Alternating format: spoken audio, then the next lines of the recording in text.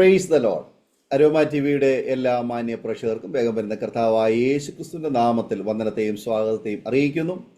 അനുഗ്രഹീതമായ നല്ല നിമിഷങ്ങൾക്കായി കർത്താവിന് സ്തോത്രം ചെയ്യുന്നു. വീണ്ടും ഒരുമിച്ച് ഒരു പ്രാവശ്യം കൂടി പ്രേക്ഷകരോടൊപ്പം ആയിരിക്കുന്നതിൽ ഞങ്ങൾക്ക് വളരെ സന്തോഷമുണ്ട്. ഇന്ന് നമ്മോടൊപ്പം അനുഗ്രഹിക്കപ്പെട്ട ജീവിതാനുഭവം, ദൈവം നടത്തിയ അത്ഭുതകരമായ വഴികളെയും കുറിച്ച് പങ്കുവയ്ക്കുന്നതിന് നമ്മൾ ക്ഷണം സ്വീകരിച്ച് കർത്താവിൻ്റെ വിലപ്പെട്ട ദാസി സിസ്റ്റർ ബജ്ലി അജോയ് എന്ന് പറയുന്ന കർത്താവിൻ്റെ ദാസിയാണ് കടന്നു വന്നിരിക്കുന്നത്. തുടർന്ന് കർത്താവിൻ്റെ ദാസി നമ്മോട് സംസാരിക്കുമ്പോൾ നമുക്ക് ഏവർക്കും വളരെ പ്രതീക്ഷയോടെ പ്രാർത്ഥനയോടെ സ്കിപ്പ് ചെയ്യാതെ അവസാനം വരെ ഈ വീഡിയോ കാണുകയും കേൾക്കുകയും ചെയ്യാം. നാം എല്ലാവരും പ്രാർത്ഥനയോടായിരിക്കുമ്പോൾ കർത്താവിൻ്റെ ദാസിയെ തികഞ്ഞ സ്നേഹത്തോടും ആദരവോടും കൂടി അരോമ ടിവിയുടെ പ്രേക്ഷകരോടൊപ്പം അനുഗ്രഹിക്കപ്പെട്ട ജീവിതാനുഭവം പങ്കുവയ്ക്കുന്നതിന് ഞങ്ങൾ സ്വാഗതം ചെയ്തോളൂ. പ്രൈസ് ലോർഡ് സിസ്റ്ററെ. Praise the lord. Praise lord പാസ്റ്ററെ. സിസ്റ്ററെ, അരോമ ടിവിയുടെ പ്രേക്ഷകരോടൊപ്പം പരിചയപ്പെടുത്തുന്നത് ഞങ്ങൾക്ക് വളരെ സന്തോഷമുണ്ട്. ഒന്ന് പരിചയപ്പെടുത്താമോ? എവിടെ നിന്നാണ് ജോയിൻ ചെയ്തിരിക്കുന്ന? വീട്ടിൽ ആരൊക്കെയുണ്ട്? ഞാൻ കൊല്ലത്താണ് എൻ്റെ ഭവനം. ഞങ്ങൾ ശുശ്രൂഷയോടുള്ള ബന്ധത്തിൽ, ഷാരോൺ ഫെലോഷിപ്പ് ചർച്ചിന്റെ ശുശ്രൂഷയോടുള്ള ബന്ധത്തിൽ കൊല്ലത്ത് തന്നെ ആയിരിക്കുന്നു. എൻ്റെ ഭർത്താവ്, 2 കുഞ്ഞുങ്ങൾ, മാതാവ്, അപ്പോൾ തന്നെ പാസ്റ്ററുടെ പിതാവ്, ഇതടങ്ങുന്നതാണ് എൻ്റെ കുടുംബം. പരിചയപ്പെടുത്തി വളരെ സന്തോഷമുണ്ട്. കർത്താവ് അനുഗ്രഹിക്കട്ടെ. തുടർന്ന് പ്രേക്ഷകരോടൊപ്പം പങ്കുവയ്ക്കാൻ ആഗ്രഹിക്കുന്ന കാര്യങ്ങൾ തുടർമാനമായി സംസാരിക്കുന്നുള്ള സമയമാണ്. സംസാരിച്ചു തുടങ്ങും. ദൈവനാമത്തിന് മഹത്വം ഉണ്ടാകട്ടെ. എന്നെ ഈ മീഡിയയിലൂടെ ശ്രവിക്കുന്ന എല്ലാ പ്രിയ ശ്രോതാക്കൾക്കും ക്രിസ്തീയ വന്ദനം. എന്നെ ഈ അരോമ ടിവിയിലേക്ക് എൻ്റെ അനുഭവ സാക്ഷ്യങ്ങൾ പങ്കുവയ്ക്കുവാൻ തക്കവണ്ണം ക്ഷണിച്ച് കർത്താവിന്റെ ദാസനോടുള്ള നന്ദിയെ അറിയിക്കുന്നു. ദൈവം ധാരാളമായി അനുഗ്രഹിക്കട്ടെ. ഞാൻ എൻ്റെ അപ്പനും അമ്മയ്ക്കും ഏക മകളായിട്ട് ഈ ഭൂമിയിൽ ജനിച്ചു വളർത്തപ്പെടുവാൻ സ്വപ്നത്തിൽ ദൈവം ഇടയാക്കി. എൻ്റെ ബാല്യം എന്ന് പറഞ്ഞു കഴിഞ്ഞാൽ ആദ്യമൊക്കെ വളരെ അനുഗ്രഹിക്കപ്പെട്ട നിലയിൽ എൻ്റെ പിതാവ് വിദേശത്തായിരുന്നു, ദീർഘവർഷങ്ങൾ വിദേശത്തായിരുന്നു. അനുഗ്രഹിക്കപ്പെട്ട നിലയിലുള്ള നിലവാരത്തിലൊക്കെയും വളരെ സാമ്പത്തികമായിട്ടൊക്കെ മെച്ചപ്പെട്ട നിലയിലൊക്കെയും വളരുവാൻ സ്വർഗത്തിൽ ദൈവം ഇടയാക്കി. 1991 കാലയളവിൽ എൻ്റെ വളരെ ചെറിയ പ്രായത്തില് എൻ്റെ മാതാവിന് ഒരു അസുഖം ഉണ്ടാകാൻ ഇടയായി. നിൽക്കാത്ത ബ്ലീഡിങ് കാരണം പല ഹോസ്പിറ്റലുകൾ, കൊല്ലത്തുള്ള പ്രൈവറ്റ് ഹോസ്പിറ്റലുകളും ഗവൺമെന്റ് ഹോസ്പിറ്റലുകളും മാറി കൊണ്ടുപോയെങ്കിലും രോഗം എന്താണെന്ന് കണ്ടുപിടിക്കാതെ, എന്താണ് പ്രശ്നമെന്ന് അറിയാൻ പറ്റാത്ത രീതിയിൽ വളരെയധികം ഭാരപ്പെട്ടു. ഇവിടെ നിന്നും തിരുവനന്തപുരം മെഡിക്കൽ കോളേജിലേക്ക് അമ്മയെ കൊണ്ടുപോയി. അവിടെ ചെന്നപ്പോൾ RCCയിലേക്ക് മാറ്റാനിടയായി. തന്റെ ഗർഭപാത്രത്തില് നിരവധി മുഴകൾ നിറഞ്ഞിട്ട് അത് ക്യാൻസറിലേക്ക് മാറാനിടയായി. ആ രോഗക്കിടക്കയില് ഒരു ദേവദാസനും ഒരു ദേവദാസിയും മമ്മയെ വന്ന് കാണാനിടയായി തീർന്നു. മാതാവിന് വേണ്ടി പ്രാർത്ഥിച്ചു. അപ്പോൾ തന്നെ ഏകദേശം ഒരു 6-7 മാസത്തോളം താൻ ആ ഹോസ്പിറ്റലിൽ തന്നെയായിരുന്നു. എൻ്റെ വളരെ ചെറിയ പ്രായമാണ്. ഞാൻ എൻ്റെ മാതാവിനൊപ്പമായിരുന്നു അന്ന് നിന്നിരുന്നത്. പിതാവും മാതാവും ഹോസ്പിറ്റലിൽ തന്നെയാണ്. മമ്മിക്ക് കൂട്ടിന് വേണ്ടി പപ്പയും അവിടെ തന്നെയായിരുന്നു. അപ്പോ രോഗത്തിനൊരു മാറ്റവും ഇല്ല, ബ്ലീഡിങ്ങിന് ഒരു മാറ്റവും ഇല്ല. ക്യാൻസറിന്റെ ആണെന്ന് സ്ഥിരീകരിക്കാൻ ഇടയായി. അതിന്റെ ട്രീറ്റ്മെന്റുകൾ ഒക്കെ ആരംഭിക്കുന്നതിന് മുമ്പായിട്ട് ഓപ്പറേഷന് വേണ്ടിയിട്ട് യൂട്രസ് റിമൂവ് ചെയ്താലേ പറ്റൂ എന്നുള്ള സ്ഥിതിയിലേക്കായി. 3 പ്രാവശ്യം ഓപ്പറേഷന് വേണ്ടിയിട്ട് തന്നെ തിയേറ്ററിലേക്ക് കയറ്റി. പക്ഷേ ഈ 3 പ്രാവശ്യവും മെയിൻ ഡോക്ടർ വന്നിട്ട് പറയും, ഒരു പ്രാവശ്യവും കൂടെ നമുക്ക് ഒന്ന് വെയിറ്റ് ചെയ്യാം. കാര്യം മമ്മിക്ക് അന്ന് ഏകദേശം 30 വയസ്സിന് താഴെ മാത്രമേ പ്രായമുള്ളൂ. 29-30 ആ ഒരു വയസ്സേ ഉള്ളൂ. അപ്പം ഒരു കുഞ്ഞേ ഉള്ളൂ. അപ്പം നമുക്കൊന്നും കൂടെ ഒന്ന് നോക്കാം എന്നുള്ള രീതിയിൽ ആ ഡോക്ടർ ഒന്ന് ചെക്ക് ചെയ്യുമ്പോഴത്തേനും അന്നേരം രോഗമൊന്നും കാണത്തില്ല. അങ്ങനെ 3 പ്രാവശ്യവും തിയേറ്ററിൽ കൊണ്ടുപോയി തിരിച്ചു കൊണ്ടുവരാനിടയായി. ദൈവത്തിന്റെ പ്രവൃത്തി എത്ര വർണ്ണിച്ചാലും മതി വരുത്തില്ല. സ്തോത്രം. തന്റെ യൂട്രസ് ഓപ്പറേഷൻ ചെയ്യാനോ അങ്ങനെയൊന്നും ദൈവം ഇടയാക്കിയില്ല. പക്ഷെ റേഡിയേഷൻ ഒക്കെ എടുക്കാൻ ഇടയായി. താൻ 7 മാസം കഴിഞ്ഞ് വീട്ടിൽ വരുമ്പോൾ ഞാൻ അമ്മയെ അറിയാത്ത രീതിയിലാണ് എന്ന് പറഞ്ഞാൽ അത്രത്തോളം തന്റെ ഭാവം, ശാരീരിക ഘടനകളൊക്കെ മാറിക്കഴിഞ്ഞു. ആ ഒരു തലത്തിലാണ് ഞാൻ വീട്ടിൽ വന്ന് എൻ്റെ മാതാവിനെ കാണുന്നത്. സ്തോത്രം. അവിടെ വെച്ച് ആ ദേവദാസനും ആ ദേവദാസിയും പ്രാർത്ഥിച്ച് അപ്പോൾ മമ്മയുടെ ഉള്ളില് ഒരു പ്രകാശം ലഭിച്ചു. ഞങ്ങൾ മർത്തോമയിലായിരുന്നു എങ്കിലും ഈ രോഗം പ്രതി എൻ്റെ പിതാവിന്റെ മാതാവ് പോകാത്ത അമ്പലങ്ങളില്ല. പള്ളികളില്ല, നേർച്ചകളില്ല. എന്റെ മമ്മിയുടെ ശരീരത്ത് മൊത്തവും ചരടും ഏലസും കൊണ്ട് നിറഞ്ഞിരിക്കുകയായിരുന്നു. ഈ ദേവദാസനും വന്ന് പ്രാർത്ഥിച്ചപ്പോൾ, നിന്റെ ശരീരത്തിൽ കിടക്കുന്ന ഏലസുകൾ, ചരടുകൾ അഴിക്കുക, ദൈവം യേശു നിന്നെ സൗഖ്യമാക്കും എന്ന് നിനക്ക് വിശ്വാസമുണ്ടെങ്കിൽ ഞങ്ങൾ പ്രാർത്ഥിക്കാമെന്ന് പറഞ്ഞു. അവർ പ്രാർത്ഥിച്ചു മടങ്ങി. മമ്മിയുടെ ഉള്ളില് ഈ യേശുവിനെ കുറിച്ചുള്ള ഒരു വിശ്വാസം വരാൻ അത് കാരണമായി മാറി. അതാണ് ഞങ്ങളുടെ വിശ്വാസത്തിന്റെ പ്രാരംഭഘട്ടം. മാതാവ് വിശ്വാസത്തിൽ. പിന്നീട് അത്ഭുതം എന്ന് പറയട്ടെ, ആ രോഗം പൂർണ്ണമായിട്ടും മമ്മിയുടെ കൂടെ അന്ന് ഏകദേശം 10 പേരോളം ആ ഹോസ്പിറ്റൽ വാർഡില് ഇതേ രോഗത്താൽ ബാധിതരായിട്ടുണ്ടായിരുന്നു. സ്തോത്രം. ബാക്കി 9 പേരും ഈ ലോകത്തു നിന്ന് മാറ്റപ്പെട്ടപ്പോൾ എന്റെ മാതാവ് ഇന്നും എന്നോടൊപ്പം ജീവിക്കുന്നു. സ്തോത്രം. ദീർഘ 34 വർഷത്തിന് ശേഷം ഇന്നും ആ രോഗത്തിന്റെ ഒരണു പോലും ശരീരത്തിൽ ഇല്ലാതെ ആരോഗ്യത്തോടെ ബലത്തോടെ ഞങ്ങളുടെ ശുശ്രൂഷയ്ക്ക് അവരൊരു കൈത്താങ്ങലായിട്ട് ഞങ്ങളോടൊപ്പം ആയിരിക്കുന്നു എന്ന് പറയാൻ സന്തോഷമുണ്ട്. എന്നെ കേൾക്കുന്ന ആരെങ്കിലും രോഗത്താൽ, ലോക വൈദ്യന്മാർ നിങ്ങളെ തള്ളിയെങ്കിലും യേശു നിങ്ങളെ സൗഖ്യമാക്കുവാൻ ഇന്നും ശക്തനാം ദൈവമാണ്. സ്തോത്രം. സ്തോത്രം. എന്റെ മാതാവിനെ വിടിവിച്ച ദൈവം നിങ്ങളെയും വിടിവിപ്പാൻ ശക്തനാണ്. സ്തോത്രം. സ്തോത്രം. തുടർന്ന് മമ്മിയുടെ ഉള്ളില് ആ കത്തിയ ദീപം അത് അണയാതെ കർത്താവിനെ അറിയുവാനും ഒക്കെയുള്ള ആ ഒരു ത്വരയില് താനായിരുന്ന ആ മർത്തോമ ബാക്ക്ഗ്രൗണ്ടിൽ തന്നെ നിന്നുകൊണ്ട് കൂട്ടായ്മകൾക്ക് പോവുകയും മറ്റുള്ളവരോട് സുവിശേഷം പറയാൻ കിട്ടുന്ന സമയങ്ങളൊക്കെ സുവിശേഷം പറയുകയും ഒക്കെ ചെയ്തു പോരുന്നു. പക്ഷെ അന്നേരവും പപ്പ തികച്ചും ഒരു മദ്യപാനിയായിരുന്നു. മമ്മിയോടൊപ്പം ഹോസ്പിറ്റലിൽ നിൽക്കുന്ന സമയത്തും ഫുൾ ടൈം സ്തോത്രം മദ്യപാനത്തിന് അഡിക്റ്റ് ആയിരുന്നു.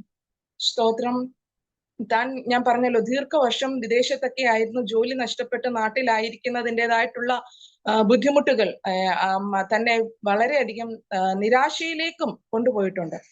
സ്തോത്രം. അങ്ങനെ പപ്പയ്ക്ക് ഒരു മദ്യപാനം അതോടുകൂടി നിർത്തി. മമ്മിക്ക് ഒരു രോഗസൗഖ്യം വേണമെങ്കിൽ മദ്യപാനം നിർത്തണം എന്ന് പറഞ്ഞു പൂർണ്ണമായിട്ടും മദ്യപാനത്തിൽ നിന്ന് പപ്പ മോചിതനായി. പക്ഷെ എന്നാലും സിഗരറ്റ് വലിക്കും.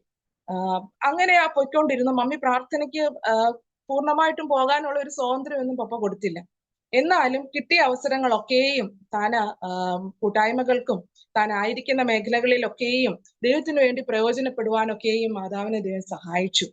1992 അങ്ങനെ ഇരിക്കുമ്പോൾ 1992 കഴിഞ്ഞ് 93 സമയങ്ങളില് എന്റെ പിതാവിന് ഒരു നെഞ്ചുവേദന ഉണ്ടായി. സ്തോത്രം. നെഞ്ചുവേദന ഉണ്ടായി. ഹോസ്പിറ്റലിൽ കൊണ്ടുപോയി. അത് ഹാർട്ട് അറ്റാക്ക് ആണെന്ന് അറിയാനിടയായി. അങ്ങനെ ദീർഘ ദിവസങ്ങൾ ICUലായിരുന്നു. അപ്പോഴും ശരിക്കും പറഞ്ഞാൽ ഞങ്ങള് സാമ്പത്തികമായിട്ട് വളരെയധികം ഞെരുങ്ങിക്കൊണ്ടിരിക്കുന്നു. പിതാവിന്റെ ജോലി നഷ്ടപ്പെട്ട് ആയിരിക്കുന്ന സാഹചര്യം, മറ്റു വരുമാന മാർഗങ്ങളൊന്നുമില്ല. ഞാൻ വളരെ ചെറിയ പ്രായം. അപ്പോൾ എന്റെ മാതാവ് ദൈവത്തോട് നിലവിളിച്ചു പറഞ്ഞ ഒരു കാര്യമേ ഉള്ളൂ, കർത്താവെ, എന്റെ മകൾക്ക് പക്വതയാകുന്നത് വരെ എന്റെ ഭർത്താവിനെ എനിക്ക് ജീവനോടെ നൽകണം. സ്തോത്രം. ആ പ്രാർത്ഥന സ്വർഗം മുദ്രവെച്ചു. സ്തോത്രം. എന്റെ പിതാവ് സൗഖ്യത്തോടെ ഭവനത്തിൽ വരാനിടയായി. ശരിക്കും അത് ഹോസ്പിറ്റലായിരിക്കുമ്പോൾ ഒരു പ്രൈവറ്റ് ഹോസ്പിറ്റലാണ് കൊണ്ടുപോയത്. ICUല് 10-15 ദിവസം കിടക്കുമ്പോൾ അതിൻ്റെതായിട്ടുള്ള ബില്ല് സാഹചര്യങ്ങൾ, അന്ന് അവിടെയും സാമ്പത്തികം ഇല്ലാത്തത് കൊണ്ട് എന്റെ മാതാവ് ദൈവത്തോട് നിലവിളിച്ചു, ദൈവമേ, ഞങ്ങളുടെ മുന്നിൽ ഞങ്ങളെ സഹായിപ്പാനും ആരില്ല, എന്റെ മുന്നിൽ ഒരു വഴിയുമില്ല, ദൈവം ഞങ്ങൾക്ക് വേണ്ടി അത്ഭുതം ചെയ്യണം. അന്ന് പപ്പയെ ട്രീറ്റ് ചെയ്ത ഡോക്ടർ ഫീസ് 1 രൂപ പോലും എഴുതാതെ, അതിശയം എന്ന് പറയത്തക്ക രീതി മമ്മിക്ക് ബില്ല് വന്നപ്പോൾ മമ്മി ഞെട്ടി. കാര്യം വെറും 1500 രൂപ മാത്രം ബില്ല്. മമ്മി തന്നെ അതിശയിച്ചു. മമ്മി ചോദിച്ചു, ഇതെന്താ ഇത്രയും കുറച്ച് ബില്ല്? ഇത്രയും ICUല് കിടന്ന ഒരു പേഷ്യന്റിന് നോർമലി അന്നും ഏകദേശം ഒരു 10,000-നോട് അടുപ്പിച്ച് ബില്ല് വരുന്ന സമയത്ത് വെറും 1500 രൂപ. മമ്മിക്ക് അതിശയമായി. അപ്പൊ പറയുകയാണ്, പപ്പയെ ട്രീറ്റ് ചെയ്ത ഡോക്ടർ തന്നെ ആ പൈസ എല്ലാം അടയ്ക്കാനിടയായി. സ്തോത്രം. ദൈവത്തിന്റെ കരുതലുകൾ അന്ന് മുതൽ ഇങ്ങോട്ട് ദൈവത്തിന്റെ കരുതലുകൾ അനുഭവിച്ചുകൊണ്ടേയിരിക്കുന്നു. ഇന്നും ആ കരുതലുകൾ അനുഭവിച്ചുകൊണ്ടേയിരിക്കുന്നു. സ്തോത്രം. തുടർന്ന് എന്നിട്ടും പപ്പയ്ക്ക് ഒരു യഥാർത്ഥമായിട്ടുള്ള ഒരു മാനസാന്തരം ഉണ്ടായില്ല. പക്ഷെ ആ ഹാർട്ട് അറ്റാക്ക് തന്റെ സ്മോക്കിങ്, പുകവലി നിർത്താനായിട്ട് ഇടയായി. അങ്ങനെ സ്തോത്രം. എന്നിട്ടും യഥാർത്ഥമായിട്ട് ക്രിസ്തുവിലേക്ക് ആ ഒരു രക്ഷയുടെ അനുഭവത്തിലേക്ക് വരാൻ ഉള്ള ഒരു മനോഭാവം പിതാവിനുണ്ടായില്ല.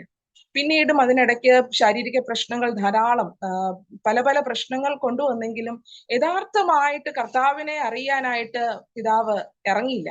യഥാർത്ഥമായിട്ട് കർത്താവിനെ അറിയിക്കുക എന്ന് പറഞ്ഞു കഴിഞ്ഞാൽ കർത്താവിന്റെ കൽപ്പന പ്രമാണിക്കുന്നതില് പെന്തക്കോസ്തുകാരോട് ഒരു പ്രത്യേക ഒരു ദേഷ്യമായിരുന്നു. ദേവദാസന്മാരാരെങ്കിലും പ്രാർത്ഥിക്കാൻ വന്നാൽ പറയും, നിങ്ങളുടെ പ്രാർത്ഥന ഞങ്ങൾക്ക് ആവശ്യമില്ല, ഞങ്ങൾ പ്രാർത്ഥിക്കുന്നുണ്ടെന്ന് പറഞ്ഞ് അവരെ നിരുത്സാഹപ്പെടുത്തി ഇറക്കി വിടുന്ന അനുഭവങ്ങൾ എൻ്റെ ചെറിയ പ്രായത്തിൽ എനിക്ക് ഓർമ്മയുണ്ട്. അങ്ങനെ ഇരിക്കവെയാണ് ഞങ്ങള് പല പല ജോലികൾ പപ്പ നോക്കി, അതായത് ബിസിനസ് കാര്യങ്ങള് പല മേഖലകളൊക്കെ നോക്കിയിട്ടും അതെല്ലാം വൻ പരാജയത്തിലേക്ക്, വളരെ അരാജകത്വം നിറഞ്ഞ ഒരു സ്ഥിതിയിലേക്ക് ഞങ്ങളുടെ അവസ്ഥകൾ പൊയ്ക്കൊണ്ടിരുന്നു. അങ്ങനെ ഇരിക്കെയാണ് വീട് പണയപ്പെടുത്തി ഒരു ലോറി എടുക്കാനിടയായി. ലോൺ വെച്ചിട്ട് ലോറി എടുത്തു. ഇങ്ങനെ കാര്യങ്ങള് പൊയ്ക്കൊണ്ടിരുന്ന സമയത്ത് വണ്ടിയുടെ ഇൻഷുറൻസ് തീർന്നത് അറിയുന്നില്ല. ഒരു രാത്രിയില് ആ വണ്ടി ഓടിച്ച ഡ്രൈവർ ഓടി വീട്ടിൽ വന്നിട്ട് കതകൻ മുട്ടിയിട്ട് പറഞ്ഞു, അച്ചായ ലോറി ആക്സിഡന്റിൽ പെട്ടു, 2 പേർ മരണപ്പെട്ടു. ഇൻഷുറൻസ് തീർന്ന വണ്ടി ഇടിച്ചാലുള്ള അവസ്ഥ ഞാൻ പറയാതെ തന്നെ പ്രേക്ഷകർക്ക് അറിയാമല്ലോ. ആകെ ഞങ്ങളുടെ ജീവിതത്തിന്റെ താളം മൊത്തം തെറ്റാനിടയായി. മുന്നിൽ ഒരു വഴിയും ഇല്ലാതിരിക്കുമ്പോൾ ആത്മഹത്യ മാത്രമേ ഞങ്ങളുടെ മുന്നിലുള്ളൂ വന്നു. ഉണ്ടായിരുന്ന വീട് നഷ്ടമായി. വീട് വിറ്റിട്ട് ലോൺ ബാധ്യതകളൊക്കെ വീട്ടാനിടയായി. അന്നേരവും ലോറിയുടെ വിഷയങ്ങൾ മറുഭാഗത്ത് കിടക്കുന്നു. ജീവിതത്തിൽ ഒരു സാധ്യതകളും ഇല്ലാതിരിക്കവേ എൻ്റെ മാതാവും പിതാവും തീരുമാനിച്ചു, ഇനി നമുക്ക് ലോകത്തിൽ ജീവിക്കണ്ട. കാര്യം ഇനി അങ്ങോട്ട് ഇങ്ങനെ പോയി കഴിഞ്ഞാൽ നമ്മള് എന്ത് ചെയ്യും? ഒരു സോഴ്സും ഇല്ല മുന്നില്. പക്ഷെ സഹായിപ്പാനാണെങ്കിൽ ധാരാളം പേരുണ്ട് കൂട്ടത്തില്. എൻ്റെ മാതാവിന്റെ ഭവനത്തിലും പിതാവിന്റെ ഭവനത്തിലും ഞങ്ങളെ സഹായിക്കാൻ കഴിയുമായിരുന്നു. പക്ഷേ ദൈവം അവരുടെ ഹൃദയങ്ങളെ എല്ലാം അടച്ചു. സ്തോത്രം. അത് അങ്ങനെ തന്നെയാണ്. സ്തോത്രം. പലപ്പോഴും നമ്മുടെ പ്രതിസന്ധിയിൽ നമ്മളെ സഹായിക്കുമെന്ന് കരുതുന്നവർ പലപ്പോഴും സഹായിക്കാത്ത അവസ്ഥകൾ നമ്മുടെ ജീവിതത്തിലുണ്ട്. അവർ നമ്മളെ ഓർക്കാത്ത അനുഭവങ്ങളും ഉണ്ട്. സ്തോത്രം. അതൊക്കെ നന്മയ്ക്കാണ്. പിന്നത്തേതിൽ അത് നമുക്ക് അനുഭവങ്ങളായിട്ട് സ്തോത്രം ദൈവിക കരുതലുകൾ വെളിപ്പെടുന്നത് നമുക്ക് അന്നേരമാണ് കാണാൻ പറ്റുന്നത്. സ്തോത്രം. അങ്ങനെ പപ്പ കർത്താവിന്റെ കൽപ്പനകൾ പ്രമാണിപ്പാനുള്ള ഒരു തീരുമാനത്തിലേക്ക് അത് വഴിയൊരുക്കി. സ്തോത്രം. അത്രയും നാള് ഭയങ്കര സ്നാനപ്പെടത്തില്ല.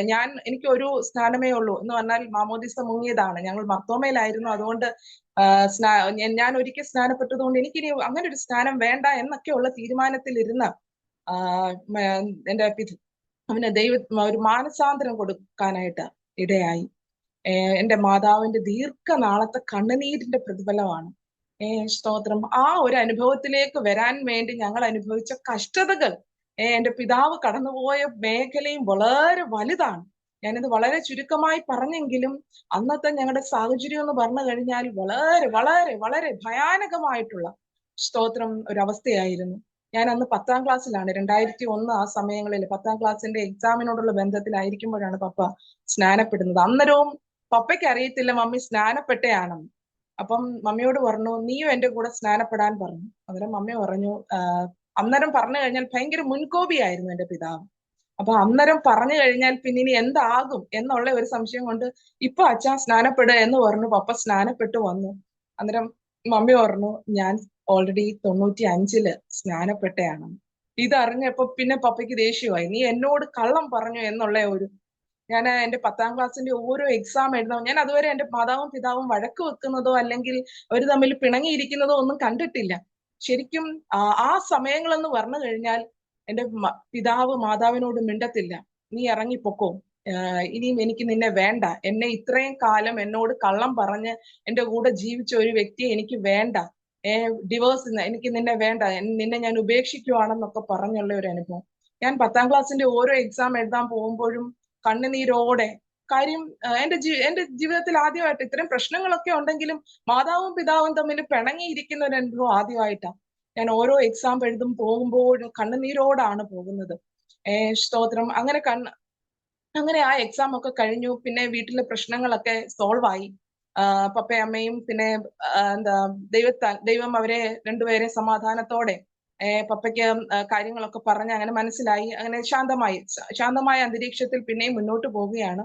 എന്നിട്ടും വീട്ടിലെ അരാജകത്വത്തിന് വലിയ ഒരു മാറ്റമൊന്നുമില്ല. സ്തോത്രം. ഞങ്ങൾ 3 പേരും കൂടെ ദൈവസന്നിധിയിൽ പ്രാർത്ഥിക്കാനായിട്ട് ഒരു ദിവസം വീട്ടിൽ വെക്കാനായിട്ട് ഒന്നുമില്ല. ഒന്നും എന്താ റേഷനരി പോലും വീട്ടിൽ വെക്കാനുള്ള ഇല്ലാത്ത ഒരു സാഹചര്യം. അപ്പോഴത്തേനും ഞങ്ങളുടെ വീട് വിറ്റു. ഞങ്ങൾ വാടക വീട്ടിലേക്ക് മാറി. വാടക കൊടുക്കാൻ നിവൃത്തിയില്ല. എന്താ ആഹാരം വെക്കാൻ നിവൃത്തിയില്ല. ഒരു വല്ലാത്ത അവസ്ഥ. ഞങ്ങൾ 3 പേരും കൂടെ കതകടച്ച് ദൈവസന്നിധിയിൽ പ്രാർത്ഥിക്കാനിടയായി. പ്രാർത്ഥിച്ചനന്തരം ഒരു ഉച്ചയോട് അടുത്ത സമയത്ത് ഒരു 12:30 1 മണി ആ ഒരു ടൈമിൽ ഒരു ഫോൺ കോൾ വരുന്നു. മമ്മി വിളിച്ചിട്ട് പറഞ്ഞു, ലില്ലി റോഡിന് വെളിയിലോട്ട്, ഗേറ്റിന്റെ വെളിയിലോട്ട് നിൽക്ക്, ഡ്രൈവർ കാറുമായിട്ട് അങ്ങോട്ട് വരുന്നുണ്ട്, കുറച്ച് സാധനം തരാനാണ്. ദൈവമക്കളെ, സ്തോത്രം. കാക്കയാൽ ഏലിയാവിനെ പോറ്റിയ ദൈവം ഇന്നും നമ്മളെ സമൃദ്ധിയായി നടത്തുവാൻ കഴിവുള്ള ദൈവമാണ്. സ്തോത്രം. അന്ന് ഞങ്ങൾക്ക് ഭക്ഷിപ്പാൻ ആവശ്യമായ ഭക്ഷണം, ഞങ്ങളുടെ ഒരു ആന്റി, കുസുമം എന്നാണ് ആന്റിയുടെ പേര്. അത് ഞാൻ പേര് പറയാതിരിക്കാൻ പറ്റത്തില്ല. കാര്യം സ്തോത്രം, അത് ഒരു പ്രാവശ്യമല്ല, നിരവധി തവണ ഞങ്ങൾ എപ്പോഴൊക്കെ ഭക്ഷണമില്ലാതെ ദൈവസന്നിധിയിൽ മുട്ടുമടക്കുന്നു, ആ സമയങ്ങളിലെല്ലാം തന്റെ ദാസിയിലൂടെ ദൈവം അത് ഒരുക്കിയിട്ടുണ്ട്. സ്തോത്രം. നന്ദിയോടെ സ്തോത്രം ചെയ്യുന്നു. സ്തോത്രം. അങ്ങനെ ഓരോ ദിനങ്ങൾ ഞങ്ങളുടെ ഇങ്ങനെ കഴിഞ്ഞു പോവുകയാണ്. എന്റെ 10ാം ക്ലാസ്സിന്റെ റിസൾട്ട് വന്ന അനന്തരം തുടർന്ന് +1 അഡ്മിഷൻ എടുക്കണം. അന്ന് ഈ +1 തുടങ്ങിയ ആ ഒരു 2ാമത്തെ വർഷമാണ്. സ്കൂളുകളിൽ പോയി ഫോം മേടിക്കണം. അതിന് അന്ന് ഏകദേശം ഒരു 25 രൂപയൊക്കെ ഓരോ സ്കൂളിന്റെയും ഫോം മേടിക്കുന്നതിന് 25 രൂപ ചെലവുണ്ട്. പക്ഷെ വീട്ടിലെ സാമ്പത്തിക സ്ഥിതി അനുസരിച്ച് അതുപോലും എടുക്കാൻ നിവർത്തിയില്ല. ആ ഫോം മേടിക്കാനുള്ള പൈസയില്ല. എന്റെ പിതാവ് പറഞ്ഞു, മോളെ, നിന്നെ പഠിപ്പിക്കണമെന്ന് പപ്പയ്ക്ക് ആഗ്രഹമുണ്ട്, പക്ഷെ ഇപ്പോഴത്തെ എന്റെ സിറ്റുവേഷനിൽ എനിക്കിനിയും നിന്നെ പഠിപ്പിക്കാൻ പറ്റത്തില്ല. ഒരു കാര്യം ചെയ്യ്, 10ാം ക്ലാസ് വരെയൊക്കെ പഠിച്ചല്ലോ, അത്യാവശ്യം നിനക്ക് മാർക്കും ഉണ്ടല്ലോ, നീ ഒരു ചെറിയ കടയിലെങ്ങാനും ജോലിക്ക് പോ. എന്റെ ഹൃദയം വല്ലാതെ ഭാരപ്പെട്ടു. സ്തോത്രം. ഞാൻ ദൈവത്തോട് പറഞ്ഞു, ദൈവമേ, എനിക്ക് ഉന്നത വിദ്യാഭ്യാസം നൽകാമെന്ന് വാഗ്ദത്തം ചെയ്ത ദൈവം അങ്ങല്ലേ? 10ാം ക്ലാസ് കൊണ്ട് അവസാനിക്കേണ്ടതാണോ എന്റെ വിദ്യാഭ്യാസം? ഞാനിങ്ങനെ ഓരോ രാത്രിയും കടനീരിന്റെ രാത്രിയായി മാറി. ഞാനിങ്ങനെ ദൈവത്തോട് കരയും, ദൈവമേ, എന്റെ കൂടെ പഠിച്ചവർ, എന്റെ കൂടെ ജയിച്ചവരെല്ലാം സ്കൂളിൽ പോകാൻ തുടങ്ങി. +1 അഡ്മിഷനോടുള്ള ബന്ധത്തില് അവരെല്ലാം സ്കൂളിൽ പോയി. ഞാൻ ഇന്നും വീട്ടിൽ നിൽക്കുക. ഞാൻ കർത്താവിനെ അറിഞ്ഞിട്ട് എന്റെ ജീവിതം എന്താ ഇങ്ങനെ ആയി പോകുന്നത്? അങ്ങ് എന്നോട് പറഞ്ഞ വാഗ്ദത്തങ്ങൾ, ചെറിയ പ്രായം മുതല് എന്റെ മാതാവിനോടൊപ്പം പപ്പയെ ഒളിച്ച് ആരാധനയ്ക്ക് പോയ അനുഭവങ്ങളുണ്ട്. ഞായറാഴ്ച രാവിലെ ട്യൂഷൻ ആണെന്നും പറഞ്ഞുകൊണ്ട് ബൈബിളും ബാഗിൽ വെച്ചിട്ട് ഞാൻ പോകും ആരാധനയ്ക്ക്. പപ്പ അറിയാതെ ഞങ്ങൾ ആരാധനയ്ക്ക് പോകുന്നത്. മമ്മിയെ പലപ്പോഴും വിടത്തില്ല ആരാധനയ്ക്ക്. അന്ന് ഞായറാഴ്ച രാവിലെ ആകുമ്പോഴത്തേനും പള്ളിയിൽ പോയിട്ട് വന്നിട്ട് കുറെ സാധനങ്ങൾ മേടിച്ച് അന്നത്തേക്കിന് ഭക്ഷണം ഉണ്ടാക്കണമെന്നും പറഞ്ഞുകൊണ്ട് മനഃപൂർവ്വമായിട്ട് മമ്മി ആരാധനയ്ക്ക് പോകാതിരിക്കാൻ വേണ്ടിയിട്ട് പപ്പ അന്ന് ചെയ്ത സമയങ്ങളുണ്ട്, വിശ്വാസത്തിൽ വരുന്നതിന് മുന്നേ. അപ്പോഴും മമ്മി പറയും, മോളെ, നീ എങ്കിലും പോ, ഇന്ന് ട്യൂഷൻ ഉണ്ടെന്നും പറഞ്ഞ് പപ്പയെ അറിയാത്ത രീതിയിൽ എന്നെ വിടും ആരാധനയ്ക്ക്. ഞാൻ ഒളിച്ചു പോകും. അങ്ങനെ 1-2 വർഷങ്ങൾ അങ്ങനെ ആരാധനയ്ക്ക് പോയ അനുഭവങ്ങൾ. അന്നും ദൈവത്തോട് പറയും, ദൈവമേ, എന്റെ പപ്പയ്ക്ക് ഒരു മാനസാന്തരം, ഞങ്ങൾ ഒരുമിച്ച് കർത്താവിനെ ആരാധിക്കാൻ ഇടയാകണം, ഞങ്ങളുടെ സ്ഥിതികൾക്ക് വ്യത്യാസം വരുത്തണം എന്നൊക്കെ പറഞ്ഞ് ഞാൻ ആ കുഞ്ഞു പ്രായത്തിലെ ദൈവത്തോട് അടുക്കുവാനുള്ള മുഖാന്തരങ്ങൾ ദൈവം ഒരുക്കിയിട്ടുണ്ട്. അങ്ങനെ ഇരിക്കവേ എന്റെ ഈ +1 ഈ പഠിത്തം ഇങ്ങനെ ബ്രേക്ക് ആയിട്ട് ഇങ്ങനെ നിൽക്കുന്ന അവസരത്തില് ഞങ്ങളെ ഏറ്റവും അധികം കരുതുകയും സ്നേഹിക്കുകയും ചെയ്ത ഒരു അമ്മച്ചിയുണ്ട് കൊല്ലത്ത്. വെസ്റ്റേൺ മെഡിക്കൽസിലെ അറിയപ്പെട്ട ഒരു കുടുംബത്തിലെ സുശീലാമ്മച്ചി ഇന്ന് നിത്യതയിൽ വിശ്രമിക്കുന്നു. പ്രിയ മാതാവിന്റെ അവിടുത്തെ പിതാവിന് എന്റെ അമ്മ ഇഞ്ചക്ഷൻ, മമ്മി നഴ്സിംഗ് കഴിഞ്ഞ വ്യക്തിയാണ്, പക്ഷെ അന്ന് സാമ്പത്തികം ഉള്ളത് കൊണ്ട് പപ്പ ജോലിക്ക് വിട്ടില്ല. അപ്പം താൻ അങ്ങനെ ജോലിക്കൊന്നും കയറാത്തത് കൊണ്ട് ഇങ്ങനെ നിന്ന സമയത്ത് ഞങ്ങൾക്ക് ഒരു വരുമാനം ഇല്ലാത്തത് കൊണ്ട് മമ്മി എന്തോ ചെയ്യും, ഈ ഇഞ്ചക്ഷൻ എടുക്കാൻ പോകും. ഈ അപ്പച്ചൻ ഇഞ്ചക്ഷൻ എടുക്കാൻ പോയിട്ടുള്ള ആ ഒരു പരിചയം നിമിത്തം മമ്മിയോട് ചോദിച്ചു, മോൾ എന്താ പഠിക്കാൻ പോകാത്തത്? മമ്മി ആരോടും അങ്ങനെ വിഷമങ്ങളൊന്നും അധികം പറയത്തില്ല. ഇതിനും പറഞ്ഞു, ഇതേ കണക്ക് അവക്ക് പോയില്ല അമ്മാമേ, അവക്ക് പോകാനുള്ള നിവൃത്തിയില്ല എന്നൊക്കെ പറഞ്ഞു. കുറച്ചു ദിവസം കഴിഞ്ഞപ്പോഴത്തേന് ആ അമ്മച്ചി പറഞ്ഞു, എന്റെ കയ്യിൽ ഒരാൾ കുറച്ച് പൈസ തന്നിട്ട് പറഞ്ഞു, വിദ്യാഭ്യാസത്തിന് വേണ്ടി വിദ്യാഭ്യാസ സഹായമായിട്ട് ആ അമ്മച്ചിയെ ഏൽപ്പിച്ചിരിക്കുക. അത് അർഹതപ്പെട്ട കുഞ്ഞുങ്ങൾക്ക് വേണ്ടി കൊടുക്കണം. അന്നേരം ശരിക്കും പറഞ്ഞാല് ഞാൻ മറുഭാഗത്ത് എന്റെ പിതാവും അവരുടെ ഉള്ളിൽ വേദന കാണും. കാര്യം ഏക മകള്, ആ ഒരു മകളെ പഠിപ്പിക്കാൻ നിവർത്തിയില്ലാത്ത സിറ്റുവേഷൻ. അപ്പം അവരുടെ ഉള്ളിൽ വേദന കാണും. പക്ഷേ ഞാൻ എന്റെ രാത്രി ഒന്നും എനിക്ക് ഉറങ്ങാൻ പറ്റത്തില്ല. ഞാൻ തിരിഞ്ഞും മറിഞ്ഞും കിടന്ന് ദൈവത്തോട് കരയുവാണ്. അന്ന് എന്റെ തലകണകൾക്ക് ഏറ്റവും ഭാരമേറിയ അവസ്ഥയായിരുന്നു. സ്തോത്രം. ഞാനിങ്ങനെ കരയും, ദൈവത്തോട് കരയും. ദൈവമേ, ഞങ്ങളുടെ സ്ഥിതികൾക്ക് വ്യത്യാസം വരുത്തിയേ പറ്റൂ. എന്റെ മാതാവിനെയും പിതാവിനെയും നല്ല രീതിയിൽ നോക്കണമെങ്കിൽ എനിക്കൊരു ജോലി ആവശ്യമാണ്. ഏതെങ്കിലും കടകളിൽ പോയി നിന്ന് അങ്ങനെയുള്ള ഒരു അനുഭവം അല്ല. മാന്യമായിട്ടുള്ളൊരു ജോലി വേണമെങ്കിൽ മാന്യമായ വിദ്യാഭ്യാസം വേണം. സ്തോത്രം. അങ്ങനെ സ്തോത്രം. ഈ ആന്റി പ്രാരംഭമായിട്ട് ഒരു പ്രൈവറ്റ് സ്കൂളിലെ അഡ്മിഷൻ എല്ലാം ക്ലോസ് ചെയ്തു. പിന്നെ പ്രൈവറ്റ് ആയിട്ട് +1 +2 പഠിക്കാനുള്ള ഫീസ് മൊത്തവും ആ അമ്മച്ചിയിലൂടെ ദൈവം ഒരുക്കി. സ്തോത്രം. അങ്ങനെ എന്റെ +1 +2 വിദ്യാഭ്യാസം പൂർത്തീകരിക്കാൻ ദൈവം ഇടയാക്കി. തുടർന്നും അടുത്ത ഒരു ലെവലിലേക്ക് പഠിക്കാൻ പോകണം, ഡിഗ്രിക്ക് പോകണം. സ്തോത്രം. പലരും പറഞ്ഞു നഴ്സിങ്ങിന് വിടുക മറ്റതിന്. പക്ഷെ എനിക്ക് നഴ്സിങ്ങിനോട് താല്പര്യം ഇല്ലാത്തത് കൊണ്ട് ഞാൻ ഡിഗ്രിക്ക് ജോയിൻ ചെയ്യാനായിട്ട് ആഗ്രഹിച്ചു. പക്ഷെ അവിടെയും തുടർന്ന് പഠിക്കാൻ അതിനുള്ള പൈസ, സാമ്പത്തികം. അന്നേരവും വാടക വീട്ടിലാണ്. മമ്മിക്ക് അപ്പോഴത്തേനും ഒരു ചെറിയ ജോലി ലഭിച്ചു. ആ ജോലിയുടെ വരുമാനത്തിലാണ് കാര്യങ്ങൾ മുന്നോട്ട് പോകുന്നത്. പപ്പ ദൈവസന്നിധിയിൽ തീരുമാനമെടുത്ത് ബൈബിൾ കോളേജിൽ പഠിക്കാനായി ചില മാസങ്ങൾ, ഒരു 5-6 മാസത്തേക്ക് ബൈബിൾ കോളേജിലേക്ക് പോയി. വീട്ടിൽ പിന്നെയും സാമ്പത്തികമായിട്ടൊരു മെച്ചമൊന്നും ഉണ്ടായില്ല. അപ്പോൾ ഡിഗ്രിക്ക് പോകണമെന്ന് അതിയായ ആഗ്രഹമുണ്ട്. പക്ഷേ ഒരു വർഷം പോയില്ല. ആദ്യത്തെ വർഷം രജിസ്റ്റർ ചെയ്തു. എന്റെ ഫ്രണ്ട്സ് പറഞ്ഞു, ഇങ്ങനെ ഒരു ഓപ്ഷൻ ഉണ്ട്, പ്രൈവറ്റ് ആയിട്ട് എഴുതാം, അതുകൊണ്ട് നീ ഡിഗ്രിക്ക് വേണ്ടിയിട്ട് രജിസ്റ്റർ ചെയ്യാൻ പറഞ്ഞു. ഫസ്റ്റ് ഇയർ രജിസ്റ്റർ ചെയ്തു. പിള്ളേരുടെ നോട്ട്സ്, എന്റെ കൂട്ടുകാരുടെ ഒക്കെ നോട്ട്സ് ഒക്കെ മേടിച്ചു വെച്ചു. ബികോമിന് വേണ്ടിയിട്ട് ഞാൻ ജോയിൻ ചെയ്തു. അന്നേരം ഈ പ്രോബ്ലം പേപ്പർ ആയതുകൊണ്ട് എല്ലാം ഒന്നും നമുക്ക് അങ്ങനെ പഠിച്ചെഴുതാനും പറ്റത്തില്ല. അപ്പോ സ്തോത്രം. എന്നെ അവര് ട്യൂഷന് പോകുന്നിടത്ത് എന്നെ കൊണ്ടുപോയി അക്കൗണ്ടൻസിക്കും ഒക്കെ ട്യൂഷന് അവര് ആ മിസ് എന്നെ പഠിപ്പിക്കാനും ഇടയായി. അങ്ങനെ ഫസ്റ്റ് ഇയർ എക്സാം എഴുതി. എല്ലാ പേപ്പറൊന്നും കിട്ടിയില്ല എങ്കിലും ഫസ്റ്റ് ഇയർ എനിക്കൊരു വർഷം പോലും നഷ്ടമാകാതെ ആ വർഷത്തെ ഡിഗ്രി പഠനം പൂർത്തീകരിച്ചു. തുടർന്ന് രണ്ടാമത്തെ വർഷം എന്നെ ഒരു പ്രൈവറ്റ് കോളേജിൽ കൊണ്ടുവന്ന് ഞാൻ പറഞ്ഞു, എനിക്ക് ഇനി തുടർന്ന് എനിക്ക് ഈ ഡിഗ്രി ഇങ്ങനെ വീട്ടിൽ ഇരുന്ന് ബികോം ആയതുകൊണ്ട്, BA വല്ലതും ആണെങ്കിൽ നമുക്ക് എന്തോ ചെയ്യാം, പഠിക്കാം, നോട്ട്സ് അല്ലേ ഉള്ളൂ, തിയറി അല്ലേ ഉള്ളൂ, ഇത് എനിക്ക് പഠിക്കാൻ പറ്റുന്നില്ല, എനിക്ക് എങ്ങനെയെങ്കിലും ഒരു സാധ്യത മുന്നിൽ വേണം. അപ്പോൾ തന്നെ ഞാൻ ഈ ഡിഗ്രിക്ക് ജോയിൻ ചെയ്തപ്പം മുതൽ ട്യൂഷൻ എടുക്കാൻ തുടങ്ങി. ദൈവം എനിക്കൊരു ടാലന്റ് തന്നിട്ടുണ്ട് വരയ്ക്കാനുള്ള. അപ്പം ഈ സാരി പെയിന്റിങ്, അങ്ങനെ കൊച്ചു കൊച്ചു കൊച്ചു പരിപാടികൾ എന്നാൽ കഴിയുന്ന രീതിയിൽ ഞാനിങ്ങനെ ചെയ്യാൻ തുടങ്ങി. അങ്ങനെ അതൊക്കെ എൻ്റെ ഒരു ചെറിയ ഇൻകം ആയിട്ട് മാറി. അങ്ങനെ സെക്കൻഡ് ഇയറിലേക്ക് ഞാൻ എന്തോ ചെയ്തു, ട്യൂഷൻ ഈ ബികോമിന് വേണ്ടിയിട്ട് ക്ലാസ്സിന് പോകാൻ തുടങ്ങി. അതും അനുഗ്രഹിക്കപ്പെട്ട നിലയിൽ സെക്കൻഡ് ഇയറും പൂർത്തീകരിച്ചു. തേർഡ് ഇയറിലേക്ക് കയറി. അതായത് ഏകദേശം 2005 സമയമായി.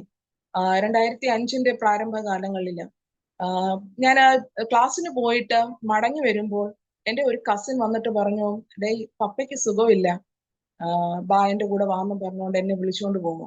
ഞാൻ ക്ലാസ് കഴിഞ്ഞ് കോളേജിൽ നിന്ന് മടങ്ങി വരും, എൻ്റെ ഫ്രണ്ട്സിന്റെ കൂടെ വരുമ്പോഴാണ് എന്നെ വന്ന് വിളിക്കുന്നത്. ഞാൻ പിന്നെ എന്തോ പറ്റി, പപ്പയ്ക്ക് എന്തോ പറ്റി? ബാ എന്നും പറഞ്ഞുകൊണ്ട് എന്നെ കൊണ്ടുവന്ന് ഇവിടുത്തെ ശങ്കാസ് എന്ന് പറയുന്നത് ഞങ്ങളുടെ വീടിനടുത്തുള്ള ഒരു ഹോസ്പിറ്റലാണ്. അവിടെ ആണെന്ന് പറഞ്ഞുകൊണ്ട് കൊണ്ടുപോയി. എൻ്റെ പിതാവ് അന്ന് നെഞ്ചുവേദനയായിട്ട് ഹോസ്പിറ്റലിൽ അഡ്മിറ്റായി. 2005 ജൂലൈ അവസാന ദിവസങ്ങളിൽ. സ്തോത്രം. ഞാൻ അങ്ങനെ മമ്മിയുടെ ഹോസ്പിറ്റലിലാണ്. അന്ന് രാത്രി ഞാൻ വീട്ടിൽ വന്ന് കിടന്നപ്പോൾ ഞാൻ ഒരു സ്വപ്നം കാണുക. എൻ്റെ പിതാവ് ലോകത്ത് നിന്ന് മാറ്റപ്പെടുന്നു. ഞാനിങ്ങനെ വളരെ ഭാരത്തോടെ കരയുന്നു. എന്നിട്ട് ഞാനിങ്ങനെ ആ രാത്രി ഒന്നും എനിക്ക് ഉറങ്ങാൻ പറ്റില്ല. ദൈവമേ, എൻ്റെ പിതാവിനെ എടുക്കുവാണോ? ഞങ്ങളൊന്നും അല്ലാത്ത അവസ്ഥയിൽ, അപ്പോഴത്തേനും വാടക വീടുകൾ പലതും മാറി മാറി താമസിക്കുന്ന ഒരു സാഹചര്യം, ഒന്നുമല്ലാത്ത സാഹചര്യത്തിൽ പിതാവിനെ ഞങ്ങളിൽ നിന്ന് മാറ്റുകയാണോ എന്നൊക്കെ ഞാനിങ്ങനെ ദൈവത്തോട് ഇങ്ങനെ സംസാരിച്ച് ആ സ്വപ്നം കണ്ടിട്ട് പിന്നെ എനിക്ക് കിടക്കാൻ പറ്റുന്നില്ല. ഞാനിങ്ങനെ എഴുന്നേറ്റ് ദൈവസന്നിധിയിൽ ഇങ്ങനെ ഒരുപാട് കരഞ്ഞു. അത് കഴിഞ്ഞ് ജൂലൈ 29 രാവിലെ ഞാൻ പപ്പയ്ക്ക് ഭക്ഷണവുമായിട്ട്, ഞങ്ങളുടെ വീടിന് അടുത്ത് തന്നെയാണ് ഹോസ്പിറ്റൽ, രാവിലെ പോയി കണ്ടു, സംസാരിച്ചു. എന്നെ മാതാവിനെയും വിളിച്ച് ഐസിയുലാണെങ്കിലും ഞങ്ങൾ കയറി സംസാരിക്കാനൊക്കെ ഇടയായി. തിരിച്ചു ഞാൻ ഭവനത്തിൽ വന്നു. പപ്പയുടെ ഡ്രസ്സൊക്കെ ഉണ്ടായിരുന്നു. അപ്പൊ അതൊക്കെ കഴുകാനായിട്ട് ഞാൻ പുറത്തോട്ട് ഇറങ്ങിയപ്പോൾ ഒരു എന്റെ മനസ്സിൽ ഇങ്ങനെ പറയുക, നീ മഴ നനയാതെ, പപ്പ വന്ന് എന്നോട് പറയുന്നത് പോലെ നീ നനയാതെ അകത്ത് കയറി, ഇപ്പൊ കഴുകണ്ട എന്ന് പറഞ്ഞ് അകത്ത് കയറിയപ്പോഴത്തേന് കാണാൻ ഞങ്ങളുടെ ഒരു അങ്കിള്, തോമസ് അങ്കിൾ ഓടി വന്നിട്ട് പറഞ്ഞു, മോളെ ഒരുങ്ങ്, പപ്പയ്ക്ക് പിന്നെയും സീരിയസ് ആണെന്ന് പറഞ്ഞു, നീ വാ എന്ന് പറഞ്ഞുകൊണ്ട് എന്നെ കൊണ്ടുപോവുകയാണ് ഹോസ്പിറ്റലിലേക്ക്. ഹോസ്പിറ്റലിലേക്ക് പോകുന്ന വഴിയിൽ തന്നെ അങ്കിളിന്റെ മൊബൈലിൽ ആരോ വിളിക്കുന്നുണ്ട്. എന്നിട്ട് എൻ്റെ അടുത്ത് നമ്മളെ വിഷമിക്കണ്ട കേട്ടോ, വിഷമിക്കണ്ട എന്നും പറഞ്ഞുകൊണ്ട് എന്നെ ഹോസ്പിറ്റലിലോട്ട് കൊണ്ടുപോകുന്നു. ഹോസ്പിറ്റലിന്റെ വാതിലിൽ എത്തിയപ്പോഴത്തേനും കാണുന്നത് എൻ്റെ പിതാവിന്റെ ബോഡിയുമായിട്ട് ഇറങ്ങുന്ന സ്ട്രക്ചറാണ്. സ്തോത്രം. എന്നെ അത് വളരെ മാനസികമായിട്ട് തകർത്തുന്നു. സ്തോത്രം. ഈ ലോകത്തില് ഒന്നും ശേഷിപ്പില്ലാതെ, അതായത് ഉണ്ടായിരുന്ന വീട് നഷ്ടമായി, ഉണ്ടായിരുന്ന എല്ലാ നന്മയും നഷ്ടമായി, ഒരു വളരെ ബാധ്യതയുടെ നടുവിലാണ് എൻ്റെ പിതാവ് ഈ ലോകത്ത് നിന്ന് മാറ്റപ്പെടുന്നത്. സ്തോത്രം. അങ്ങനെ സ്തോത്രം, ഞാനും എൻ്റെ മാതാവും വളരെയധികം മാനസിക വിഷമത്തിലൂടെ കടന്നു പോകുന്ന ഒരു സാഹചര്യം. അപ്പോൾ തന്നെ പപ്പ ജീവിക്കാൻ വേണ്ടി പല പല മാർഗങ്ങൾ ചെയ്യുന്നുണ്ട്. അതിനോടൊപ്പം ഈ സ്നാനപ്പെട്ടതിന് ശേഷം ഒരു ദിവസം പോലും വെറുതെ ഇരിക്കാതെ കർത്താവിനെ ഉയർത്തുവാൻ കിട്ടുന്ന സമയങ്ങള്, കർത്താവ് സുവിശേഷം പറയാൻ കിട്ടുന്ന സമയങ്ങളെല്ലാം താൻ തക്കത്തിൽ ഉപയോഗിക്കുന്നത് ഞാൻ കണ്ടിട്ടുണ്ട്. രാവിലെ ഒരു കെട്ട് ട്രാക്റ്റുമായിട്ടും പുതിയ നിയമത്തിന്റെ പുസ്തകവുമായിട്ട് ഇറങ്ങും. കൊല്ലത്തിന്റെ വിവിധ പ്രദേശങ്ങളിൽ താൻ ഒറ്റയ്ക്ക് പോയി സുവിശേഷം പറയാനായിട്ട് താൻ പോകും. അപ്പോൾ തന്നെ കുറച്ച് ഓട്ടോ, പിന്നെയും കടത്തില് CC-യില് 3-4 ഓട്ടോയും മേടിച്ചിട്ടിട്ടുണ്ട്. അത് ഓട്ടത്തിനായിട്ട് ആളുകളെ ഏൽപ്പിക്കും. അതിന്റെ നന്മയും വീട്ടിൽ കൊണ്ടുവരത്തില്ല. അതിനിടയ്ക്ക് ആരെങ്കിലും സഹായിക്കാൻ കിട്ടുന്ന സമയങ്ങളിലെല്ലാം മറ്റുള്ളവർക്ക് കൊടുക്കുകയാണ് ചെയ്യുന്നത്. വീട്ടിൽ വേണ്ടുന്ന പോലെ ഒരു നന്മ അന്നേരവും കൊണ്ടുവരത്തില്ല.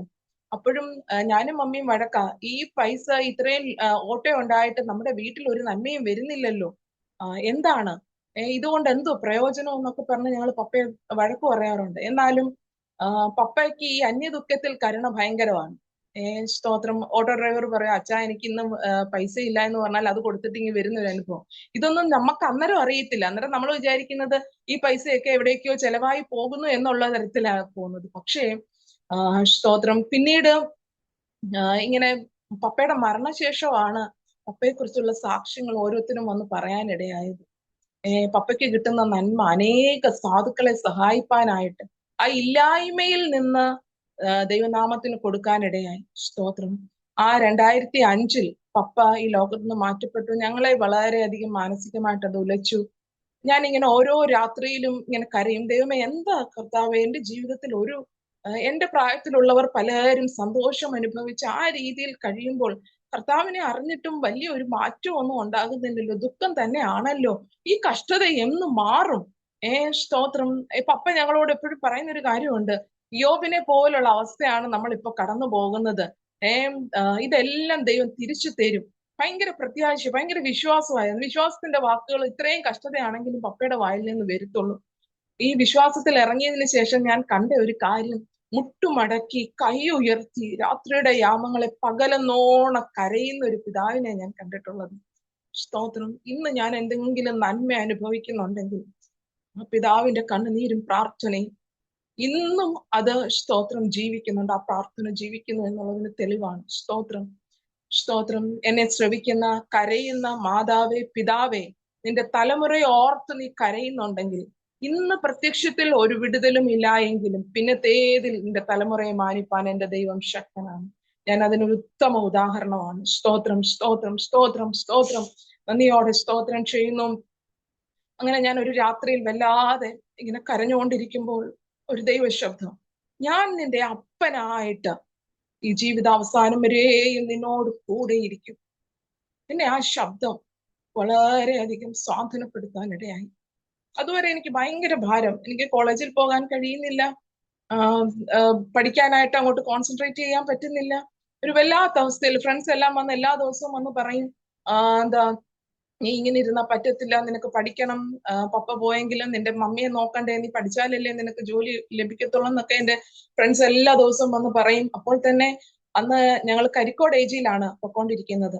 അവിടെ ശുശ്രൂഷിക്കുന്ന കർത്താവിന്റെ ദാസൻ ബിജു പാസ്റ്ററും കുഞ്ഞോളാൻറ്റി എല്ലാ ദിവസവും, കാര്യം ഞങ്ങളുടെ സിറ്റുവേഷൻ അറിയാം. ഞങ്ങളുടെ കുടുംബത്തിൽ ഞങ്ങൾ ഒറ്റപ്പെട്ട് വിശ്വാസത്തിൽ വന്നതുകൊണ്ട് ഈ മരണസമയത്ത് ഞങ്ങളെ കുറ്റപ്പെടുത്താനാണ് ഏറിയ പങ്കുള്ളത്. സ്തോത്രം. പലരും മരണം കഴിഞ്ഞിട്ട് പറഞ്ഞത് അത്ര സുഖമുള്ള വാർത്തകളൊന്നും അല്ല. സ്തോത്രം. കർത്താവിനെ അവര് പെന്തക്കോസിൽ പോയിട്ട് സ്തോത്രം, അവർക്ക് നഷ്ടമല്ലേ ഉള്ളൂ, അവരുടെ ജീവിതത്തിൽ എന്താ നേടിയത്? സ്തോത്രം. ഈ വാക്കുകളൊക്കെ ഞങ്ങളെ മാനസികമായിട്ട് വളരെയധികം തളർത്തു. നമ്മുടെ പ്രതിസന്ധി ഘട്ടങ്ങളില് നമ്മളെ ആശ്വസിപ്പിക്കാൻ എന്നോണം വന്നിട്ട് പറയുന്ന വാക്കുകൾ വളരെ വേദനിപ്പിക്കുന്നതായിരുന്നു. അപ്പോഴും എൻ്റെ പിതാവിന്റെ സിസ്റ്റർ അന്ന് വിദേശത്തായിരുന്നു. ആന്റി ഞങ്ങളോടൊപ്പം മരണം അറിഞ്ഞു വന്നിട്ട് ഞങ്ങളുടെ കൂടെ ഉണ്ടായിരുന്നു. ആന്റി വിശ്വാസത്തിലായിരുന്നു. ആന്റി മാത്രമേ ഉള്ളൂ അന്ന് വിശ്വാസത്തില്. എൻ്റെ മാതാവിന്റെയും പിതാവിന്റെയും കൂട്ടത്തിൽ ആരും അന്ന് വിശ്വാസത്തിലില്ല. സ്തോത്രം. അങ്ങനെ അതിന്റെ നടുവിലാണ്, ഈ പ്രതിസന്ധികളുടെ നടുവില് ദൈവം ഞങ്ങളെ നടത്തിക്കൊണ്ടിരുന്നത്. അങ്ങനെ 2005 കഴിഞ്ഞു. 2006 സ്തോത്രം, എന്റെ മാതാവിനോട് 2005 അവസാനം ഒരു ദേവദാസൻ, ഒരു പരിചയവുമില്ല, ഒരു മുൻപരിചയവും ഇല്ല, വഴിയിലൂടെ നടന്നു പോകുമ്പോൾ ഇങ്ങനെ പറയാനിടയായി, സിസ്റ്ററെ, നിങ്ങൾക്ക് 2006 മാർച്ച് അവസാനിക്കുന്നതിന് മുന്നമേ നിങ്ങൾക്ക് സ്ഥലം തരും, ഈ പട്ടണത്തിൽ ദൈവം നിങ്ങൾക്ക് സ്ഥലം തരും. അന്നേരം മമ്മി ഇങ്ങനെ അതിശയിച്ചിട്ട് പറഞ്ഞു, പാസ്റ്ററെ, ഒരു സാധ്യതയും ഇല്ല. സ്തോത്രം. ഒരു സാധ്യതയും ഇല്ല. സ്തോത്രം. ദൈവത്തിന് കഴിയാത്തതായിട്ടൊന്നുമില്ല. ദൈവം നമ്മളോടൊരു വാക്ക് പറഞ്ഞിട്ടുണ്ടെങ്കിൽ അത് ഉവ്വ് തന്നെയാണ്. സ്തോത്രം. അത് അങ്ങനെ തന്നെ സംഭവിക്കും. നമ്മളത് വിശ്വസിച്ച് പ്രാർത്ഥിക്കുകയാണെങ്കിൽ അത് അങ്ങനെ തന്നെ സംഭവിക്കും. സ്തോത്രം. എന്റെ പപ്പയ്ക്ക് ഒരു LIC ഉണ്ടായിരുന്നു, അത് മുടങ്ങിക്കിടന്നു. അത് കിട്ടാൻ ഒരു സാധ്യതയും ഇല്ല. പക്ഷേ ദൈവം ഞങ്ങൾക്ക് വേണ്ടി പ്രവർത്തിച്ചു എന്ന് പറയുമ്പോൾ അത് എൻക്വയറിക്ക് വന്ന ആ ഒരു മനുഷ്യന്റെ പേര് കുര്യൻ എന്ന്. എന്റെ പപ്പയുടെ ഒഫീഷ്യൽ നെയിമും കുര്യൻ എന്ന്. അതിന് ഞങ്ങളുടെ വീട്ടിലെ സിറ്റുവേഷൻ കണ്ടിട്ട് ആ മനുഷ്യൻ എഴുതിക്കൊണ്ട് പോയി. ഞങ്ങൾക്ക് അനുകൂലമായിട്ടുള്ള ഒരു റിപ്പോർട്ട് എഴുതിക്കൊണ്ട് പോയത് നിമിത്തം മാത്രം ആ LICയുടെ പൈസ ലഭിക്കാനിടയായി. എന്റെ മമ്മിയുടെ പപ്പയും അമ്മയും അന്ന് ജീവനോടെ ഉണ്ട്. പിതാവ് എക്സ് സർവീസ്മാൻ ആയിരുന്നു. അപ്പം മാതാവും പിതാവും പപ്പയുടെ മരണശേഷം ഞങ്ങൾ ഒറ്റപ്പെട്ട് ഇങ്ങനെ കഴിയുന്നതുകൊണ്ട് ഇടയ്ക്കൊക്കെയും വന്ന് ഞങ്ങളോടൊപ്പം നിൽക്കും. മാതാവ് ഞങ്ങളോടുകൂടി തന്നെയാണ്. പപ്പയുടെ മരണത്തിന് ഒരു 15 ദിവസം മുമ്പ് അമ്മച്ചിയെ പോയി കൊണ്ടുവന്നിട്ട് പറഞ്ഞു, അമ്മച്ചി ഇനി എങ്ങും പോവണ്ട, ഇവിടെ തന്നെ നിൽക്കണം, ഞങ്ങൾക്കൊരു കൂട്ടാവും എന്നും പറഞ്ഞുകൊണ്ട്, വയ്യാതിരിക്കുന്ന മാതാവാണ് എന്നാലും കൊണ്ടുവന്ന് ഞങ്ങളോടൊപ്പം കൊണ്ട് നിർത്താനിടയായി. അതൊക്കെയും സ്തോത്രം മുന്നമേ ദൈവം അതെല്ലാം ചെയ്തതാണെന്ന് ഞാൻ വിശ്വസിക്കുന്നു. അങ്ങനെ സ്തോത്രം. ഈ അപ്പച്ചന് മനസ്സിൽ പറഞ്ഞു, അപ്പച്ചൻ പറഞ്ഞു, ഞങ്ങളുടെ കുടുംബം, മമ്മിയുടെ കുടുംബം അഞ്ചൽ ആലഞ്ചേരി എന്ന് പറയുന്ന സ്ഥലത്താണ്. അപ്പം കുടുംബ വീട് അവിടെ വെറുതെ കിടക്കുക, നീ അവിടെ വന്ന് പാർക്ക്. അവിടെ 5 സെന്റ് വസ്തുവും ഷെയർ എല്ലാം മക്കളുടെ എല്ലാം വീതം കൊടുത്തതിന് ശേഷം ബാക്കി 5 സെന്റ് വസ്തുവും ഒരു വീടും ഉണ്ട്, അവിടെ വന്ന് താമസിക്കാം. നീ എന്തിനാ വാടക വീട്ടിൽ കിടക്കുന്നത്, നീ ഇനി ആർക്ക് വേണ്ടിയിട്ടാ ഈ കൊല്ലം പട്ടണത്തില് താമസിക്കുന്നതെന്നൊക്കെ പറയാനിടയായി. അപ്പോൾ എന്റെ മാതാവ് കണ്ട ഒരു സ്വപ്നമുണ്ട്. ഈ പട്ടണത്തില് ഒരു ഏരിയ കാണിച്ചിട്ട് അവിടെ ഒരു വീട്, എന്റെ മാതാവ് ദീർഘവർഷങ്ങൾക്ക് മുന്നേ ഒരു സ്വപ്നം കാണാനിടയായി. അന്നേരം എന്നും ഞങ്ങളോട് പറയും, ഞാൻ ഇന്ന ഭാഗത്ത് ഒരു വീട് കണ്ടിട്ടുണ്ട്, സ്വപ്നം ദൈവം എന്നെ കാണിച്ചിട്ടുണ്ട്, ദൈവം അത് തരും എന്നൊക്കെ പറയാനിടയായിട്ടുണ്ട്. അന്നേരം എനിക്ക് ഒട്ടും താല്പര്യമില്ല അങ്ങോട്ട് പോകാനായിട്ട്. അന്നേരം അപ്പച്ചനോട് പറഞ്ഞു, അപ്പച്ച, ഞങ്ങൾക്ക് അങ്ങോട്ട് വന്ന് താമസിക്കാൻ ഞങ്ങൾക്ക് ഒട്ടും താല്പര്യമില്ല. പിതാവ് അപ്പച്ചനാണെങ്കിൽ അവിടുത്തെ വസ്തു മമ്മിയുടെ അനിയത്തിക്ക് കൊടുത്തിട്ട് 1 ലക്ഷം രൂപ കൊണ്ട് തന്നു. അങ്ങനെ ഈ പൈസ ഞങ്ങളുടെ കയ്യിലിരിക്കുമ്പോൾ ഈ പൈസ കൊണ്ടൊന്നും ഈ പട്ടണത്തിൽ നമുക്ക് എന്തോ ചെയ്യാൻ പറ്റത്തില്ല, വസ്തു മേടിക്കാൻ പറ്റത്തില്ല. പക്ഷെ ദൈവം ഞങ്ങൾക്ക് വേണ്ടി അത്ഭുതം ചെയ്തു.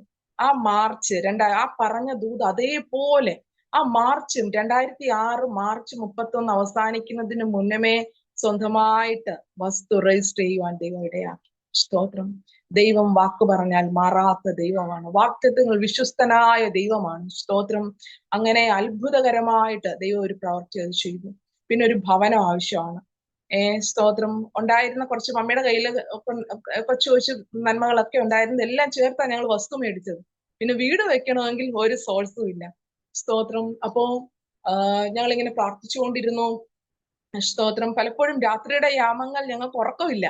കാര്യം നമ്മുടെ പ്രതിസന്ധിയിൽ നമുക്ക് ഉറങ്ങാൻ പറ്റത്തില്ലല്ലോ.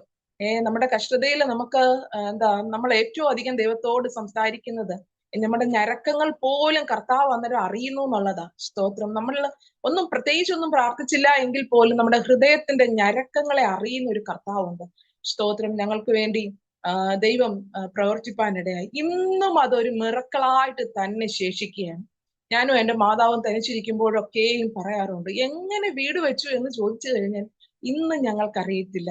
സ്തോത്രം. അന്നേരം പലരും പറഞ്ഞു, പല ഈ വീട് വെച്ചു കൊടുക്കുന്നവരോടൊക്കെ പറഞ്ഞാൽ, ഗവൺമെന്റിൽ പറഞ്ഞപ്പോൾ നമുക്കത് കിട്ടാനുള്ള സാധ്യതകളില്ല, അത് കിട്ടുന്നില്ല. ജനകീയ ആസൂത്രണം പോലുള്ള പദ്ധതികളിൽ വീട് വെച്ചു കൊടുക്കും, പക്ഷെ ഞങ്ങൾക്ക് അത് കിട്ടിയില്ല. പിന്നെ പല സംഘടനകൾ വീട് വെച്ചു കൊടുക്കുന്നുണ്ട്. ഇതേ കണക്ക് വിധവയല്ലയോ, ഒരു മോളല്ലയോ ഉള്ളൂ, ചിലപ്പോൾ അങ്ങനെ വീട് വെക്കും. അങ്ങനെയുള്ള പല ആശ്രയങ്ങളും പല രീതിയിലും നമ്മൾ ട്രൈ ചെയ്തെങ്കിൽ അതൊന്നും ദൈവം തുറന്നില്ല. സ്തോത്രം. അങ്ങനെ പറയുന്നതാണ് ഏറ്റവും നല്ലത്. ദൈവം ആ വഴികളെല്ലാം അടച്ചു വെച്ചു. സ്തോത്രം. ദൈവം അവന്റെ മഹത്വം ആർക്കും വിട്ടുകൊടുക്കത്തില്ല. സ്തോത്രം. സ്തോത്രം. സ്തോത്രം. ദൈവം അത്ഭുതകരമായിട്ട് ഒരു ഭവനം ദൈവം ഞങ്ങൾക്ക് തന്നു. സ്തോത്രം. 2007 അതിൽ കയറി പാർപ്പാനും ദൈവമുള്ള ഭാഗ്യം ദൈവം ഞങ്ങൾക്ക് തന്നു. സ്തോത്രം. തുടർന്ന് വിഷയങ്ങൾ എന്ന് പറഞ്ഞു കഴിഞ്ഞാൽ, ഈ ഓട്ടോ കൊടുത്തിട്ട് അതിന്റെ CC അടയ്ക്കാതെ മമ്മിയുടെ പേരിൽ ഓട്ടോ ഉണ്ടായിരുന്നു. അപ്പം CC അടയ്ക്കാത്തത് കൊണ്ട് അവിടുന്ന് ആള് വരികയും അറസ്റ്റ് വാറന്റ്, മമ്മിക്ക് അറസ്റ്റ് വാറന്റ്, പപ്പ മരിച്ചത് പോയത് കൊണ്ട് പപ്പയ്ക്കില്ല, പക്ഷെ മമ്മിക്ക് അറസ്റ്റ് വാറന്റുമായിട്ട് പോലീസ് നിരന്തരം വരുന്ന ഒരു കാഴ്ചയാണ്. അപ്പോഴൊക്കെയും മമ്മി ഒളിച്ചു പാർക്കുന്ന ഒരു അനുഭവം. അന്നേരം ഞാൻ ഒറ്റയ്ക്ക്, അവർ വരുമ്പോൾ പറയും, ഇവിടെ ഇല്ല, കള്ളം പറയാനേ നിവൃത്തിയുള്ളൂ, അല്ലെങ്കിൽ മാതാവിനെ പോലീസ് പിടിച്ചുകൊണ്ട് പോകും. നമ്മൾ ചെയ്ത കുറ്റത്തിനല്ല, നമ്മൾ ചെയ്ത തെറ്റിനല്ല.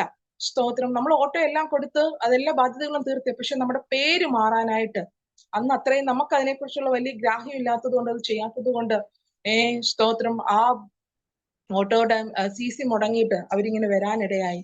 അങ്ങനെ സ്തോത്രം, ആ പ്രതിസന്ധിയിലും ദൈവം ഞങ്ങളെ കരയേറ്റി. സ്തോത്രം.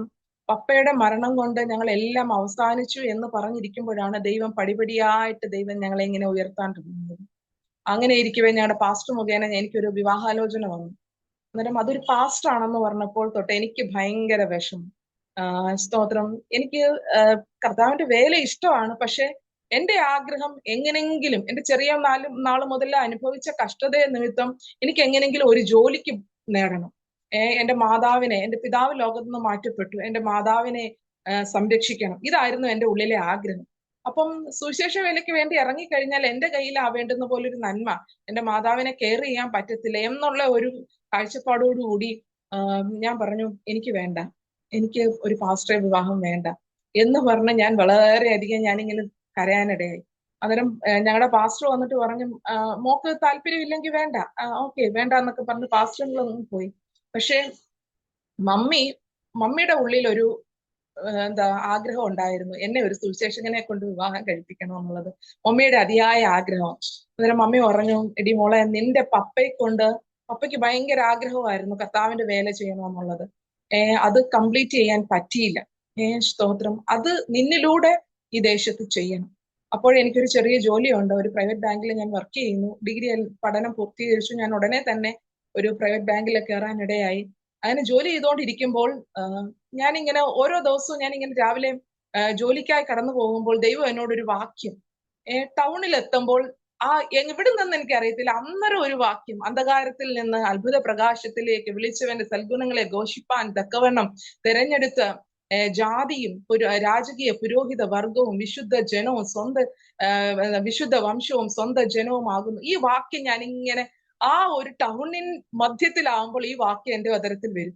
ഞാനിങ്ങനെ എല്ലാ ദിവസവും ഞാൻ വന്നിട്ട് ദൈവത്തോട് ചോദിക്കും, ഈ വാക്യം യഥാർത്ഥത്തിൽ എനിക്ക് അറിയത്തില്ല, പക്ഷെ ദൈവാത്മാവ് എന്നെ കൊണ്ട് അത് പറയിക്കും. ഞാൻ ഈ വാക്യം പറഞ്ഞുകൊണ്ടാണ് ഞാൻ ആ പട്ടണത്തിലൂടെ ഇങ്ങനെ ജോലിക്ക് പോകുന്നത്. അപ്പം അന്നേരം എനിക്ക് ഇതിന്റെ വലിയൊരു മർമ്മമൊന്നും എനിക്ക് അറിയത്തില്ല. ഞാൻ ഈ വാക്യം പറയുന്നു എന്നുള്ളത് സത്യമാണ്, പക്ഷെ അതിന്റെ ആഴം എന്തെന്ന് പിന്നത്തേതിൽ ദൈവം മനസ്സിലാക്കാനിടയായി. സ്തോത്രം. അങ്ങനെ ഇരിക്കവേ ഈ വിവാഹാലോചന വന്നു. സ്തോത്രം. വിവാഹാലോചന വന്നപ്പോൾ എനിക്ക് ഒട്ടും താല്പര്യമില്ല. ഞാൻ മമ്മിയോട് പറഞ്ഞു, എനിക്ക് വേണ്ട, ഇതിലും ഭേദം എന്നെ അങ്ങ് കൊന്നുകളയുന്നേ അല്ലയോ എന്നൊക്കെ പറഞ്ഞ് ഞാനങ്ങ് മമ്മിയോടൊന്ന് ഭയങ്കര അന്നേരം മമ്മി അവസാനം ഉപവസിക്കാൻ തുടങ്ങി, പ്രാർത്ഥിക്കാൻ തുടങ്ങി. ഞാൻ അറിയാതെ ദേവദാസന്മാരെ വിളിച്ച് വീട്ടിലിരുത്തി ഞാൻ പോകുന്ന സമയത്ത് വീട്ടിലിരുത്തി പ്രാർത്ഥിക്കാൻ തുടങ്ങി, എനിക്കൊരു മാറ്റം കൊടുക്കാൻ വേണ്ടിയിട്ട്. ഞാൻ നേർന്നതിനെ സ്തോത്രം, ഞാൻ കർത്താവിന്റെ വേലയ്ക്ക് വേണ്ടിയിട്ടാണ് നിന്നെ സമർപ്പിച്ചത്. നീ ജോലിക്ക് പൊക്കോ, നീ ഒരു സുവിശേഷകനെ വിവാഹം കഴിക്കുന്നത് കൊണ്ട് ജോലി അതിനൊരു തടസ്സമല്ലല്ലോ എന്നൊക്കെ പറഞ്ഞ് അവസാനം ആ വിവാഹത്തിന് സമ്മതിക്കുന്നതിന് മുന്നമേ ഞാൻ ഇങ്ങനെ ദൈവത്തോട് പ്രാർത്ഥിച്ചു, ദൈവമേ എന്താണ് എന്റെ ആഗ്രഹങ്ങൾ ഒന്നും അല്ല ഇതുവരെയും നടന്നത്, സ്തോത്രം, ഇതും എന്റെ ആഗ്രഹം അല്ലല്ലോ. അങ്ങനെ ദൈവസന്നിധിയിൽ സമർപ്പിച്ചു, ദൈവമേ എന്റെ ആഗ്രഹം ഒന്നും അല്ല, ദൈവത്തിന്റെ ഇഷ്ടമാണ് ഇതെങ്കിൽ അത് നടക്കണം. അങ്ങനെ ആ വിവാഹത്തിന് വേണ്ടി സമ്മതിക്കുവാനിടയായി. സ്തോത്രം. 2008 ഞങ്ങളുടെ വിവാഹം നടക്കുവാനിടയായി. 2008 ഏപ്രിൽ. ഈ വിവാഹത്തിന് വളരെ എതിർപ്പുകൾ, ശരിക്കും പറഞ്ഞാൽ എന്തിനാ എതിർത്തേന്ന് ഞാൻ ഇപ്പോഴും ചിന്തിക്കും. ഒരു കാര്യമില്ലാതെ അവിടുന്ന് ഇവിടുന്ന് എല്ലാം കുറെ എതിർപ്പുകൾ ആ വിവാഹത്തിന് ഉണ്ടാകാനിടയായി. സ്തോത്രം. എന്താ എന്റെ ഹസ്ബൻഡിന്റെ, അതായത് എന്നെ വിവാഹം നിശ്ചയിച്ച ആ ഭവനത്തിൽ ആ പപ്പയോട് ചെന്ന് ഒരു ദേവദാസൻ തന്നെ ചെന്ന് പറയുക. അന്ന് എന്റെ ഹസ്ബൻഡിന്റെ ഫാദറും മദറും ഗവൺമെന്റ് എംപ്ലോയീസ് ആണ്. പപ്പ പോലീസിൽ റിട്ടയർഡ് ആയിരുന്നു, മാതാവ് ഹെൽത്തില് നേഴ്സായിട്ട് റിട്ടയർഡ് ആയതായിരുന്നു. അപ്പം പറയാം, നിങ്ങൾക്ക് ഈ അനാഥ കൊച്ചിനെ മാത്രമേ വിവാഹത്തിന് നിങ്ങളുടെ മോന് കിട്ടിയുള്ളൂ എന്ന് പറയാനിടയായി. അന്നേരം ആ പിതാവ് പറഞ്ഞു, അനാഥയാണെങ്കിലും അതൊരു മനുഷ്യ കൊച്ചല്ലേ, അതൊരു പെൺകുഞ്ഞല്ലേ, സ്തോത്രം, ദൈവം തരുന്നയാണെങ്കിൽ അത് മതി. ആ പിതാവ് അങ്ങനെ പറഞ്ഞ് ആ മനുഷ്യനെ പറഞ്ഞു വിടാനിടയായി. സ്തോത്രം. ഇവിടെ അതിനേക്കാളും എതിർപ്പ്, ലില്ലിമാമ എന്തോ കണ്ടിട്ടാണ് ഒരു ദേവദാസിനെ കൊണ്ട് നിങ്ങളുടെ മോളെ വിവാഹം കഴിക്കുന്നത്, അവൾക്ക് വിദ്യാഭ്യാസം ഉണ്ടല്ലോ, അതനുസരിച്ചുള്ള ഒരു ജോലിക്കാരനെ കൊണ്ട് വിവാഹം കഴിപ്പിച്ചൂടെ എന്നൊക്കെയുള്ള ധാരാളം എതിർപ്പുകൾ, സ്തോത്രം, ജീവിതത്തിൽ ഉണ്ടായി. എന്നിട്ടും ആ എതിർപ്പുകളെ ഒന്നും വകവെക്കാതെ മമ്മി ആ വിവാഹത്തിന് വേണ്ടിയിട്ട് എന്നെ ഒരുക്കി. സ്തോത്രം. ഞങ്ങൾ വിവാഹം കഴിഞ്ഞു, സന്തോഷകരമായിട്ട് കുടുംബജീവിതം മുന്നോട്ട് പോവുകയാണ്. ആ മാസങ്ങളിൽ തന്നെ ഞങ്ങൾ ഒരു ചർച്ച് മിനിസ്ട്രി എടുക്കാനിടയായി. ചെങ്കുളം ഷാരോൺ ഫെലോഷിപ്പ് ചർച്ചിനോടുള്ള ബന്ധത്തില് ചെങ്കുളം വെസ്റ്റ് ചർച്ചില് പ്രാരംഭമായിട്ട് ചർച്ച് മിനിസ്ട്രിയിൽ കയറാനിടയായി. അപ്പം ഞാൻ ഇങ്ങനെ ദൈവത്തോട് പ്രാർത്ഥിക്കും, ദൈവമേ ഒരു കർത്താവിന്റെ ദാസിയാവാനുള്ള ഒരു ക്വാളിറ്റി എനിക്കില്ല, ദൈവം എനിക്ക് അതിനുള്ള കൃപ തരണം. എന്നിട്ട് ഈ വിവാഹാലോചന വന്ന അന്ന് മുതൽ എല്ലാ വെള്ളിയാഴ്ചയും രാവിലെ മുതൽ ഞാൻ ഒരു വെള്ളം പോലും കുടിക്കാതെ ദൈവസന്നിധിയിൽ പ്രാർത്ഥിക്കും, ഉപവസിച്ച് പ്രാർത്ഥിക്കും, ദൈവമേ എനിക്ക് അതിനുള്ള കൃപ തരണം. അങ്ങയുടെ കൃപ ഉണ്ടെങ്കിൽ മാത്രമേ അങ്ങയുടെ വേല ചെയ്യാൻ പറ്റത്തുള്ളൂ. ഞാൻ ഇങ്ങനെ ആ വിവാഹ ദിവസം വരെയും വിവാഹത്തിന്റെ അന്ന് വരെയും, ഈ വിവാഹാലോചന വന്ന ഏകദേശം 1 വർഷത്തോളം കഴിഞ്ഞിട്ടാണ് ഞങ്ങളുടെ വിവാഹം കഴിയുന്നത്. അപ്പം ഇങ്ങനെ ദൈവത്തോട് ഉപവസിച്ച് പ്രാർത്ഥിപ്പാനിടയായി. അങ്ങനെ ഫസ്റ്റ് ചർച്ച് മിനിസ്ട്രി അവിടെ എടുക്കാനിടയായി. ഞാൻ ആ വീട്ടിൽ ചെല്ലുമ്പോഴത്തേനും എന്റെ പിതാവും അവിടുത്തെ മാതാവും പിതാവും ഒക്കെ ശരിക്കും പറഞ്ഞാൽ ദൈവം എനിക്ക് തന്ന, എന്റെ പിതാവ്, ഈ ലോകത്തിലുള്ള പിതാവ് നഷ്ടമായെങ്കിലും എന്റെ ഒരു അമ്മായിപ്പനായിട്ടല്ല, സ്തോത്രം, എന്റെ ഒരു അപ്പനായിട്ട് തന്നെ ഇന്നും അങ്ങനെ തന്നെ ആ പിതാവ് എന്നെ സ്നേഹിപ്പാനും ആ മാതാവും അതുപോലെ തന്നെ കരുതാനും സ്നേഹിപ്പാനും ഒക്കെയും ഒരു നല്ല ഒരു ഭവനത്തിൽ ദൈവം എന്നെ കൊണ്ടെത്തിച്ചു. സ്തോത്രം. സ്തോത്രം. അങ്ങനെ വളരെയധികം സന്തോഷത്തോടെ ആ കുടുംബജീവിതം ഒക്കെയും മുന്നോട്ട് പോയി. അതിനിടയിൽ പിതാവ് പറഞ്ഞു, നിനക്ക് പഠിക്കാൻ ആഗ്രഹം ഉണ്ടെന്ന് എനിക്കറിയാം, നീ പഠിക്കണം. സ്തോത്രം. എന്റെ കൂടെ ഡിഗ്രി പാസ്സായിട്ട് ഉള്ളവരെല്ലാം MBAക്കും MCOMനും ഒക്കെ ജോയിൻ ചെയ്തപ്പോ എനിക്ക് പഠിക്കണമെന്ന് ആഗ്രഹം ഉണ്ടെങ്കിലും പഠിക്കാൻ പറ്റുന്നില്ല. അപ്പൊ ഞാൻ പിന്നെ ജോലിക്കായിട്ട് പോയി. സ്തോത്രം. അങ്ങനെ എന്റെ ആഗ്രഹത്തെ ദൈവം കണ്ടു. സ്തോത്രം. എന്നോടുള്ള ദൈവിക വാഗ്ദത്തം നിവർത്തിയെന്നോണം പിന്നെയും പഠിക്കാനുള്ള അവസരം ദൈവം തന്നു. 2008 ആ സമയങ്ങളിൽ MBAക്ക് ജോയിൻ ചെയ്തു. MBA പഠനം പൂർത്തീകരിക്കാൻ നല്ല വിജയ ശതമാനത്തോടുകൂടി. അതിനിടയ്ക്ക് ഞങ്ങളുടെ ആദ്യത്തെ കുഞ്ഞും ലഭിക്കാനിടയായി. ക്യാരിങ് ആണെങ്കിലും ആ കുഞ്ഞിനെ നോക്കണമെങ്കിലും അതിന്റെ ഇടയിൽ എനിക്കിപ്പോഴും അത് അത്ഭുതമാണ്. കാര്യം എങ്ങനെ പഠിച്ചു, ആ സമയങ്ങളിലൊക്കെ കോളേജിൽ പോകാനും പഠിക്കാനും ഒക്കെ ദൈവം അവസരങ്ങളെ തന്നു. അങ്ങനെ വിജയകരമായിട്ട് ആ വിദ്യാഭ്യാസവും പൂർത്തീകരിപ്പാൻ തക്കവണ്ണം സ്വർഗത്തിലെ ദൈവം ഇടയാക്കി. സ്തോത്രം. തുടർന്ന് ഞങ്ങൾ ചർച്ച് മിനിസ്ട്രി, പാസ്റ്റർക്കും ചർച്ച് മിനിസ്ട്രിയോട് വലിയ താല്പര്യമില്ല, പൊതു ശുശ്രൂഷയിൽ വ്യാപൃതനായതുകൊണ്ട് അങ്ങനെയുള്ള ശുശ്രൂഷയും തുടർന്ന് പഠിക്കണം. പാസ്റ്ററും MD ആയിരുന്നു. MTHന് പഠിക്കണമെന്നുള്ള ആഗ്രഹത്തോടു കൂടി ഞങ്ങൾ ചർച്ചിന് ലീവ് എടുത്ത് ഇറങ്ങാനിടയായി. അപ്പോഴത്തേനും എന്റെ MBAയുടെ പഠനവും ഏകദേശം പൂർത്തീകരിച്ചു. ഞങ്ങൾ അങ്ങനെ ലീവ് എടുത്ത് നിൽക്കുകയാണ്, ചർച്ച് മിനിസ്ട്രി ലീവ് എടുത്ത് നിൽക്കുകയാണ്. ഞാൻ അങ്ങനെ PSC കോച്ചിന് എന്റെ ഹൃദയത്തിലെ ആഗ്രഹം എനിക്ക് എങ്ങനെങ്കിലും ഒരു ജോലി നേടണം. ശുശ്രൂഷയിലാണെങ്കിലും എന്റെ ആഗ്രഹം എനിക്കൊരു ജോലി ഒപ്പിക്കണം. എന്റെ മാതാവിനെ എനിക്കൊരു കൈത്താങ്ങായിട്ട് മാറണം. ഇതായിരുന്നു. അനേകരെ സഹായിക്കണം. ഞാൻ എന്താ എന്നെ സഹായിച്ച കുറെ കരങ്ങളുണ്ട്. അതുപോലെ എനിക്ക് അനേകരെ സഹായിക്കണം എന്നുള്ള ഒരു ആഗ്രഹം കൊണ്ട് ഞാൻ ഈ ജോലിക്ക് വേണ്ടിയിട്ട് ഇങ്ങനെ ട്രൈ ചെയ്യുക. PSC കോച്ചിങ്ങിന് പോകുന്നു. എല്ലാ ഇന്റർവ്യൂവിനും ഒരു ഇന്റർവ്യൂ പോലും വിടാതെ അതിനു വേണ്ടിയിട്ട് എന്താ റെസ്യൂമെ അയക്കുന്നു, പോകുന്നു. പക്ഷേ എനിക്ക് ജോലി ലഭിക്കുന്നില്ല. സ്തോത്രം. ഒരിടത്ത് പോയിട്ട് എനിക്ക് ജോലി ലഭിച്ചു. ഒരു ദിവസം പോയി അവിടുത്തെ ട്രെയിനിങ് എല്ലാം അറ്റൻഡ് ചെയ്തു. എന്നിട്ട് പറഞ്ഞു, മാഡം ഞങ്ങൾ വിളിക്കുമ്പോ ഇനി വന്നാ മതി എന്ന് പറഞ്ഞ് ഞങ്ങൾ മടങ്ങി. ഞാൻ വീട്ടിൽ വന്നു. വീട്ടിൽ വന്നിട്ട് പിന്നെ അവർ വിളിച്ചില്ല. അങ്ങനെ ഇരിക്കവേ ഞാനിങ്ങനെ ദൈവത്തോട് പറഞ്ഞു, ദൈവമേ എന്താ എന്റെ മുന്നിൽ ഒരു സാധ്യതകളും വരാത്തത്? എന്റെ കൂട്ടു സഹോദരങ്ങളെല്ലാം വിവിധ രാജ്യങ്ങളിൽ മാന്യമായിട്ടുള്ള ജോലിയൊക്കെ ചെയ്ത് ജീവിക്കുമ്പോൾ എന്റെ ജീവിതത്തിൽ എന്താ? ഞാൻ കർത്താവിനെ അറിഞ്ഞിട്ട് എനിക്ക് എന്താ ഒന്നും ലഭിക്കാത്തത് എന്നൊക്കെ ഞാനിങ്ങനെ ദൈവത്തോട് ചോദിച്ചു. അങ്ങനെ ഇരിക്കവേ കർത്താവിന്റെ ദാസി നിത്യതയിൽ വിശ്രമിക്കുന്ന മേരി കോവറിന്റെ അനുഭവ സാക്ഷ്യം കേൾക്കാൻ കഴിയും. അതെന്റെ ജീവിതത്തെ മാറ്റിമറിക്കാൻ, എന്റെ മനസ്സിനെ മാറ്റിമറിക്കാൻ കർത്താവ് ഇടയാക്കി. സ്തോത്രം. BSc BEdകാരെ വേറെയും കിട്ടും. അവരോട് ഇടപെട്ട ഒരു പദമാണ്. ഈ ലോകപ്രകാരമുള്ള ടീച്ചേഴ്സിനെ വേറെ ധാരാളം ലോകത്തിന് കിട്ടും. പക്ഷേ എന്റെ വേലയ്ക്ക് നിന്നെ തന്നെ വേണം. ഈ പദം എന്റെ ഹൃദയത്തെ അങ്ങ് കീറി മുറിക്കുന്നത് പോലെ. സ്തോത്രം. ഞാൻ ശരിക്കും പറഞ്ഞു കഴിഞ്ഞാൽ ഞാൻ ആ സമയങ്ങളിൽ ഫാസ്റ്റിങ്ങോട് ആയിരുന്ന ഒരു സമയമാണ്. അപ്പോഴത്തേനും എന്റെ ഹൃദയത്തിൽ പറഞ്ഞ, ശരിക്കും MBAക്കാരെ ഇഷ്ടം പോലെ ഈ ലോകത്തിന് കിട്ടും. പക്ഷെ കർത്താവിന്റെ വേലയ്ക്ക് വേണ്ടിയിട്ട് വിളിയുള്ളവൻ ആ വേല തന്നെ ചെയ്യണം. സ്തോത്രം. അപ്പോൾ എന്നോട് ഇടപെടുന്ന ഒരു വചനമാണ്, കേട്ടോ മകളെ, രൂത്തിന്റെ ഭാഗത്ത് പറയുന്നേ, നിനക്ക് വേണ്ടുന്നതെല്ലാം ഈ വയലില് ഉണ്ട്. സ്തോത്രം. അങ്ങനെ ഞാൻ ആ ജോലി എന്നുള്ള ആ ഒരു മനസ്സിന്റെ ആ ഒരു ആഗ്രഹം അവിടെ ഉപേക്ഷിപ്പാൻ ഇടയായി. സ്തോത്രം. ഞാൻ അന്നേരം ദൈവത്തോട് പറയും, ദൈവമേ എന്റെ ഒരു ആഗ്രഹവും എന്റെ ജീവിതത്തില് അങ്ങനെ ആ രീതിയിൽ എന്റെ ആഗ്രഹപ്രകാരമല്ല, എല്ലാം കർത്താവിന്റെ ആഗ്രഹപ്രകാരമാണ് എന്റെ ജീവിതം ഇന്ന് വരെയും മുന്നോട്ട് പോകാനിടയായി. ഇനിയും ദൈവം എന്നെ നടത്തും. അങ്ങനെ ഇരിക്കുമ്പോൾ 2012 അവസാനം ഈ സുശീലാമ്മച്ചി എന്ന് പറയുന്ന അമ്മച്ചിയും ശോഭന ആന്റിയും കൂടി ചേർന്ന് കൊല്ലം പട്ടണത്തിൽ ഒരു പ്രവർത്തനം ചെയ്യുന്നുണ്ടായിരുന്നു. അപ്പം അവിടെ നിരവധി ദേവദാസന്മാർ വന്ന് ശുശ്രൂഷിക്കുന്നു. പക്ഷേ ആ ശുശ്രൂഷ അങ്ങോട്ട് വേണ്ടുന്ന പോലെ ആവാത്തൊരു സാഹചര്യത്തില് വളരെ ശക്തന്മാരായിട്ടുള്ള ദേവദാസന്മാരാണ് അവിടെ ചർച്ച് ഏറ്റെടുത്തത്. പക്ഷെ ആ രീതിയിലൊന്നും മുന്നേറാൻ കഴിയാതെ ഒരു വല്ലാത്ത അവസ്ഥയിൽ ഒരു കൂട്ടം ജനവുമായിട്ട് അവരിങ്ങനെ വളരെ ഭാരത്തോടെ ഇരുന്നപ്പോൾ ഈ അമ്മച്ചി ദൈവത്തോട് പ്രാർത്ഥിച്ചു, ദൈവമേ ഞങ്ങൾക്ക് ദൈവഹിതമുള്ള ഒരു ദേവദാസനെ തരണം. അങ്ങനെ എന്റെ കൂട്ടുദാസന്റെ പേര് ദൈവാത്മാവ് അറിയിക്കുകയും അങ്ങനെ പാസ്റ്ററെ വിളിച്ചിട്ട് പറഞ്ഞു, പാസ്റ്ററെ ഞങ്ങൾക്ക് വേണ്ടിയിട്ട് പാസ്റ്റർ ഇവിടെ വന്ന് ശുശ്രൂഷിക്കണം. അങ്ങനെയാണ് ഞങ്ങൾ കൊല്ലം, എന്റെ ഹസ്ബൻഡിന്റെ സ്വദേശം പുയപ്പള്ളിയാണ്. കൊല്ലം പുയപ്പള്ളി എന്ന് പറയുന്ന സ്ഥലത്താണ്. അങ്ങനെ ഞങ്ങൾ വീണ്ടും കൊല്ലത്ത് വരാനിടയായി. സ്തോത്രം. എന്റെ മാതാവ് തന്നെ അന്ന് കൊല്ലത്ത് വീട്ടിലുള്ളൂ. അപ്പം ഞങ്ങൾ പിന്നെയും കൊല്ലത്ത് വരാനിടയായി.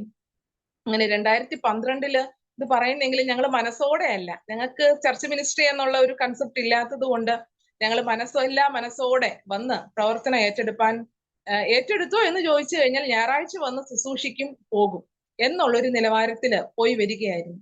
അങ്ങനെ ഇരിക്കെ 2013 ആ അമ്മച്ചി ഈ ലോകത്തുനിന്ന് മാറ്റപ്പെട്ടു. അന്ന് കർത്താവിന്റെ ദാസൻ കുവൈറ്റില് മിനിസ്ട്രിയോടുള്ള ബന്ധത്തിൽ കുവൈറ്റിലായിരിക്കുന്നു. അപ്പം ഞാൻ രാത്രിയിൽ 12 മണിക്ക് ഇങ്ങനെ എന്നെ മമ്മി വിളിച്ചു പറഞ്ഞു, മോളെ സുശീലാമ്മച്ചി മരിച്ചുപോയി. അപ്പം ശരിക്കും പറഞ്ഞാൽ ഈ ശുശ്രൂഷ ഏൽപ്പിച്ചിട്ട് പാസ്റ്റർ ഗൾഫിലേക്ക് പോയതാ, മീറ്റിങ്ങിനായിട്ട് പോയതാ.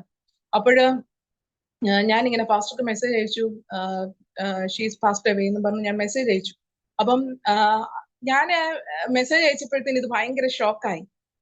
ഒരു വേല ഇങ്ങനെ തന്നിട്ട് അമ്മച്ചി അങ്ങ് പോയി, ഇനി ആരുണ്ട് ഉത്തരവാദിത്വത്തോടെ അത് നിൽക്കാൻ, നമ്മൾക്ക് അതങ്ങ് വിടാം എന്നുള്ള ഒരു മനസ്സോടുകൂടിയാണ് അദ്ദേഹം തിരിച്ചു നാട്ടിലേക്ക് എത്തിയത്. നാട്ടിലെത്തിയപ്പോൾ പിന്നെയും നമ്മളെ ഇങ്ങനെ വിടാതെ പിന്തുടരുന്നു എന്നുള്ള രീതിയിൽ ആ ശുശ്രൂഷ, അന്ന് ഒരു വലിയൊരു ചർച്ചായിട്ട് വളർന്നു വന്ന ചർച്ച് അവിടെ കുറച്ച് പ്രശ്നങ്ങളൊക്കെ ആയി ഒരു 15 പേരിൽ ആ സഭയങ്ങ് ചുരുങ്ങി. വിശ്വാസികളെല്ലാം തന്നെ ഭിന്നമായിട്ട് ആ സഭയങ്ങ് ഒരു വല്ലാത്ത അവസ്ഥയിലായിരിക്കുമ്പോഴാണ് നമ്മുടെ കയ്യിൽ ആ സഭ കിട്ടുന്നത്. അങ്ങനെ ഈ പട്ടണത്തില് ശുശ്രൂഷ ദൈവം ഞങ്ങളെ ഏൽപ്പിച്ചു. 2013 തൊട്ട് സ്തോത്രം ഈ കൊല്ലം പട്ടണത്തില് ശുശ്രൂഷിപ്പാൻ തക്കവണ്ണം സ്വർഗത്തിലെ ദൈവം ഇടയാക്കുന്നു. അനുഗ്രഹിക്കപ്പെട്ട ഒരു സഭ, ഒരു കൂട്ടായ്മ. ആ സഭയെ ഞങ്ങളെ വളർത്താനിടയായി. നിരവധി അനവധി പ്രതികൂലങ്ങൾ സ്തോത്രം ഇവിടെ വന്നിട്ടും നേരാവണ്ണം ഉള്ള ഒരു നല്ലൊരു അഭിപ്രായം ആരിൽ നിന്നും ഞങ്ങൾക്ക് ലഭിച്ചില്ല. കാര്യം നിങ്ങൾ ഇവിടെ നിൽക്കത്തൊന്നുമില്ല, കാര്യം പല ദേവദാസന്മാരും വന്നിട്ട് നിൽക്കാൻ പറ്റാത്തതാണോ നിങ്ങൾ നിൽക്കുന്നത് എന്നുള്ള നെഗറ്റീവ് കമന്റ്സ് ആണ് ഏറ്റവും കൂടുതൽ ഞങ്ങളുടെ ജീവിതത്തിൽ കേട്ടത്. സ്തോത്രം കൃപയാൽ കഴിഞ്ഞ 11-12 വർഷത്തോളം ഇവിടെ അനുഗ്രഹിക്കപ്പെട്ട നിലയിൽ ശുശ്രൂഷിക്കുവാൻ തക്കവണ്ണം സ്വർഗത്തിലെ ദൈവം ഇടയാക്കുന്നു. സ്തോത്രം പുതിയ ആത്മാക്കളെ ദൈവം കൊണ്ടുവരുന്നു. സ്തോത്രം സ്തോത്രം ദൈവിക വിടുതലുകൾ പലരുടെയും മേഖലയിൽ ദൈവം കാണുവാൻ തക്കവണ്ണം ദൈവം ഇടയാക്കിക്കൊണ്ടേയിരിക്കും. സ്തോത്രം നന്ദിയോടെ സ്തോത്രം ചെയ്യുന്നു. സ്തോത്രം സ്തോത്രം സ്തോത്രം. ഞങ്ങള് സ്തോത്രം അങ്ങനെ ഈ ശുശ്രൂഷയില് കടന്നു പോയിക്കൊണ്ടിരിക്കുമ്പോൾ 2008 മാർച്ച് 24 ഒരു ശനിയാഴ്ചയാണ്. അന്ന് കുഞ്ഞുങ്ങളുടെ ആനുവൽ എക്സാം കഴിഞ്ഞ ലാസ്റ്റ് ഡേ ആണ്. അപ്പം പാസ്റ്റർക്ക് അന്ന് മല്ലപ്പള്ളിയിൽ മീറ്റിംഗ് ആണ്. രാവിലെ മീറ്റിങ്ങിന് ശുശ്രൂഷയ്ക്കായിട്ട് പോയി. അന്നേരം വീട്ടിൽ പോയി, അതായത് ഹസ്ബൻഡിന്റെ പാസ്റ്ററുടെ മാതാവും പിതാവും ഇവിടുന്ന് ഒരു 20 കിലോമീറ്ററോളം മാറിയുള്ള സ്ഥലത്താണ്.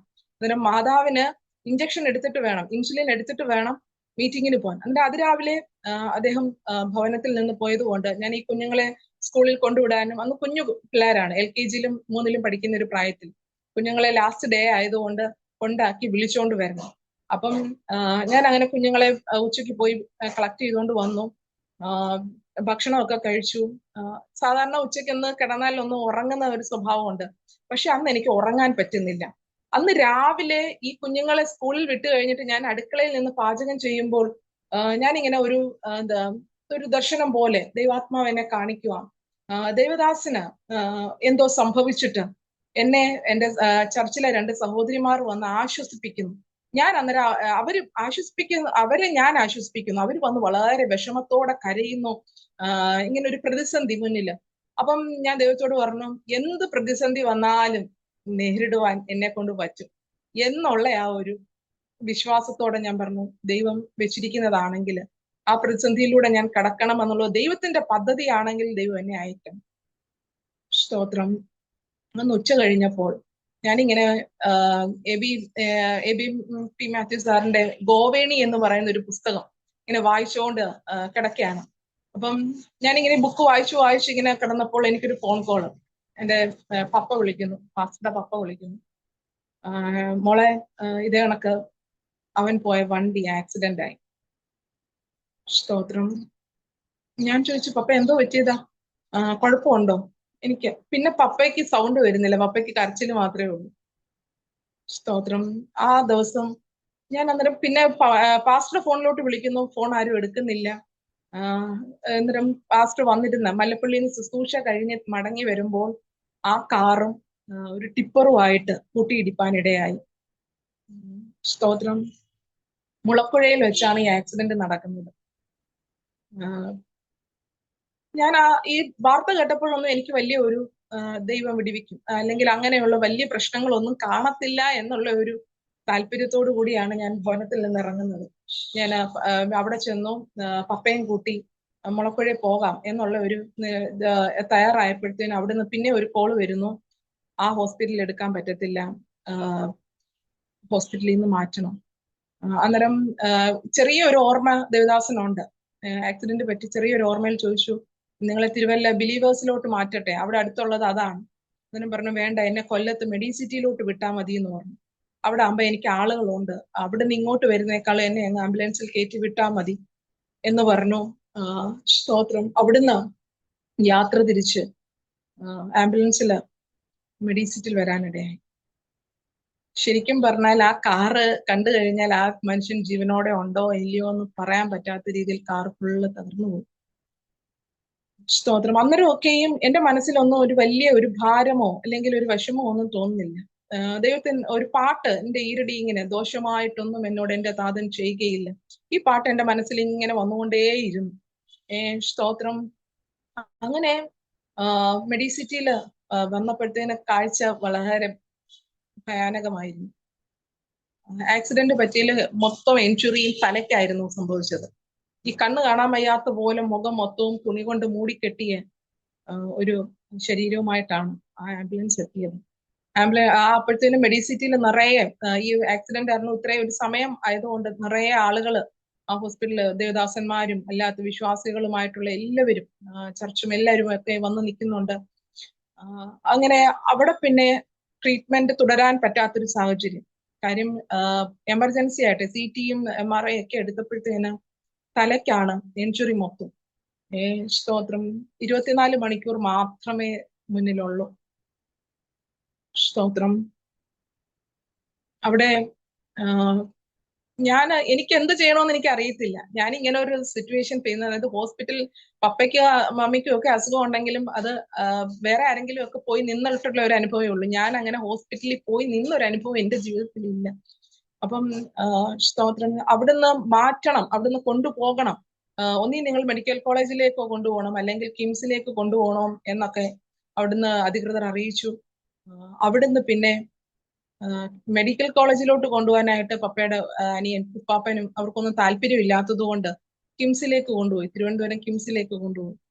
ഈ യാത്രയിൽ ആംബുലൻസിൽ അവിടുന്ന് മെഡിസിറ്റിന്ന് ശരീരവുമായിട്ട് എന്താ പാസ്റ്ററിനെ കൊണ്ട് പോകുന്ന സമയത്ത് ആംബുലൻസിൽ കയറാൻ വേണ്ടിയിട്ട് ഇങ്ങനെ വിളിക്കുക, ആരെങ്കിലും ഉണ്ടോ? ഞാൻ കയറി, ആംബുലൻസിൽ ഞാൻ കയറി, പാസ്റ്റർ കൂടെ ഇരിക്കാനായിട്ട് ഞാൻ കയറി. പിന്നെ പപ്പയുണ്ട്, പാസ്റ്ററുടെ പപ്പയുണ്ട്. അതിന് വേറെ ആരെങ്കിലും, പപ്പ പ്രായമുള്ള മനുഷ്യനായതുകൊണ്ട് വേറെ ആരെങ്കിലും, ചെറുപ്പക്കാരെങ്കിലും ഉണ്ടെങ്കിൽ കയറെന്ന് പറഞ്ഞിട്ട് ആരും കയറാനില്ല. അവിടെ ഏകദേശം ഒരു 250 പേരോളം ഉണ്ട്. സ്തോത്രം. അതുവരെ ഭയങ്കര ബലത്തോടെ നിന്ന ഞാനായിരുന്നു. അതുവരെ ഭയങ്കര ദൈവം എന്ത് ചെയ്താലും ദൈവം വരുത്തുന്നതെല്ലാം സഹിപ്പാനുള്ള കൃപ ഉണ്ടെന്നുള്ള ഒരു ഓവർ കോൺഫിഡൻസ് എനിക്കുണ്ടായിരുന്നു. ശരിക്കും പറഞ്ഞാൽ ഞാൻ ആംബുലൻസിൽ കയറിയിട്ട് എന്റെ മനസ്സ് വല്ലാതെ പിടയാനിടയായി. ഞാൻ ആംബുലൻസിൽ ഇരുന്നോണ്ട് യാക്കോബ് ദൈവത്തോട് മല്ല് പിടിച്ചതുപോലെ, ദൈവമേ, അങ്ങാണ് എൻ്റെ അപ്പൻ. വർഷങ്ങൾക്ക് മുന്നേ എന്നോട് പറഞ്ഞൊരു വാക്കുണ്ട്, അന്ത്യത്തോളം നിന്റെ പിതാവായി ഞാൻ നിന്നോട് കൂടെയുണ്ടെന്ന്. സ്തോത്രം. ഈ പറക്കമുറ്റാത്ത കുഞ്ഞുങ്ങളുമായിട്ട് ഞാൻ കർത്താവിന്റെ വേലയ്ക്ക് വേണ്ടി സമർപ്പിച്ചു. എന്റെ ഇഷ്ടത്തിനല്ല, ദൈവ ഇഷ്ടത്തിന് വേണ്ടി സമർപ്പിച്ചിട്ട് എനിക്ക്, സ്തോത്രം, ഈ മനുഷ്യനെ ജീവനോട് എനിക്ക് തരണം. എനിക്ക് എന്റെ കൂട്ടുദാസനെ, എന്റെ കുഞ്ഞുങ്ങൾക്ക് പിതാവായിട്ട് എന്റെ അമ്മ പ്രാർത്ഥിച്ച ആ പ്രാർത്ഥന എനിക്ക് ഓർമ്മ വന്നു. സ്തോത്രം. എന്റെ ചെറിയ പ്രായത്തിൽ എന്റെ പിതാവിന് ഹാർട്ട് അറ്റാക്ക് വന്ന് മരണത്തോട് മല്ലി പിടിച്ചപ്പോൾ ദൈവത്തോട് പ്രാർത്ഥിച്ചു, പ്രായപൂർത്തിയാകുന്നത് വരെ ഞാൻ അതൊന്നും കൂടെ കൂട്ടി പ്രാർത്ഥിച്ചു. ദൈവമേ, അതല്ല, എന്റെ കുഞ്ഞുങ്ങളുടെ എല്ലാ നന്മയും കാണുവാൻ തക്കോണം ഞങ്ങളിലൂടെ പറഞ്ഞിട്ടുള്ള ശുശ്രൂഷകൾ ചെയ്തു തീരുന്നത് വരെ ആയുസോടെ ആരോഗ്യത്തോടെ എനിക്ക് മടക്കി തരണം. ശരിക്കും ആ 45 മിനിറ്റ് കൊണ്ട് ആംബുലൻസ് കിംസിൽ എത്തുമ്പോൾ ഞാനും ദൈവവുമായിട്ടുള്ളൊരു മല്ലുപിടുത്തം. ഇവിടുന്ന് തള്ളിയിട്ടാണ് കിംസിലോട്ട് പോകുന്നത്. ഹെഡ് ഇഞ്ചുറി ഉണ്ട്, ഇന്റേണൽ ബ്ലീഡിംഗ് ഉണ്ട്. സ്തോത്രം. ഒരു സാധ്യതയും മുന്നിലില്ല എന്നുള്ള സ്തോത്രം. കിംസിൽ ചെന്ന് പല ട്രീറ്റ്മെന്റുകൾ, പല ടെസ്റ്റുകളൊക്കെയും ചെയ്തു. സ്തോത്രം. ഓരോ ദിവസവും രാവിലെ ICUല് നമ്മളെ ഡോക്ടേഴ്സ് വിളിക്കുമ്പോൾ കേൾക്കുന്നതൊന്നും വളരെ സന്തോഷമുള്ള വാർത്തയൊന്നുമല്ല. ഓരോ ദിവസവും ഓരോരോ ഇതാണ് പറയുന്നത്. അവർ ICUല് കയറ്റിയിട്ട് പിന്നെ നമ്മൾ പുറത്തല്ലേ, അപ്പം വിളിച്ചിട്ട് പറയും, അവര് CT എടുത്തപ്പോൾ അറിയാനിടയായി ഈ മുഖത്ത് ഒരു എല്ല് പോലും ഇല്ല ഒടിയാത്തത്. ഈ മുഖത്ത് ഒരു എല്ല് പോലും ഇല്ല ഒടിയാത്തത്. എല്ലാ എല്ലും പപ്പടം പൊടിയുന്നത് പോലെ പൊടിഞ്ഞിരിക്കുന്നു. സ്തോത്രം. ഈ മൂക്ക് മൊത്തത്തിൽ അങ്ങ് പൊടിഞ്ഞ്, ഇത് മൂക്കെന്ന് പറയാനായിട്ടില്ല. സ്തോത്രം. സ്തോത്രം. സ്തോത്രം. ഈ തിരുനെറ്റി പൊട്ടി, ഈ സ്കള്ള് പൊട്ടി മാറി ഒരു വിടവ് പോലെ ആയിട്ടാണ് ഇരിക്കുന്നത്. സ്തോത്രം. ഈ ആക്സിഡന്റിൽ നിറയെ കുപ്പിച്ചില്ലുകൾ ഇതിനകത്തും ഒക്കെ ആയിട്ട് മുഖം മൊത്തം കുപ്പിച്ചില്ലുകൾ കൊണ്ട് നിറഞ്ഞിരിക്കുവാണ്. അപ്പം ഈ ഓരോ ദിവസവും പറയുമ്പോഴും ഞാൻ ഈ ഡോക്ടേഴ്സ് വന്നിട്ട് പറഞ്ഞു, പപ്പടം പൊടി, എന്നെ ആ മോണിറ്ററിൽ ഇങ്ങനെ അവരുടെ സ്ക്രീനിൽ കാണിച്ചിട്ട് പറഞ്ഞു, മാഡം, ഇതാണ് ഇപ്പോഴത്തെ സിറ്റുവേഷൻ. ഇത് സർജറി കൊണ്ട് മാത്രമേ നമുക്ക് ചെയ്യാൻ പറ്റത്തുള്ളൂ. പക്ഷേ ഒരു പ്രോബ്ലം ഉണ്ട്.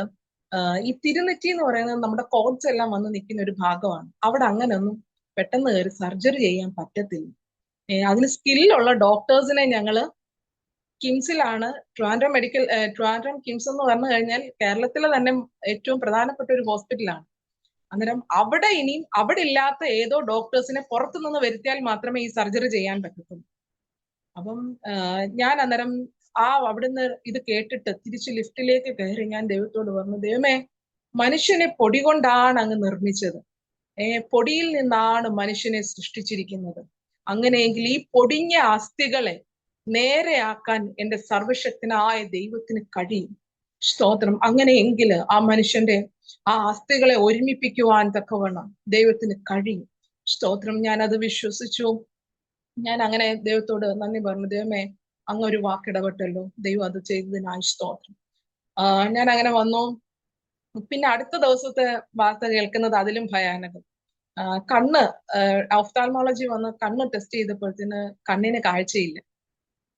ശരിക്കും പറഞ്ഞാല് ഞാൻ അത് കേട്ടിട്ട് ഞാൻ അങ്ങ് തകർന്നു പോയി. അത് മറ്റേതിനൊന്നും വലിയ ഒരു ഭാരം എൻ്റെ ഉള്ളിൽ ഉണ്ടായില്ല. പക്ഷെ കണ്ണ് പോയി എന്ന് കേട്ടപ്പോഴത്തേന് ഞാൻ പുറത്തിറങ്ങി ആളൊഴിഞ്ഞ ഒരു ഭാഗത്ത് വന്നിട്ട് ഞാൻ വാവിട്ട് ദൈവത്തോട് നിലവിളിച്ചു, ദൈവമേ,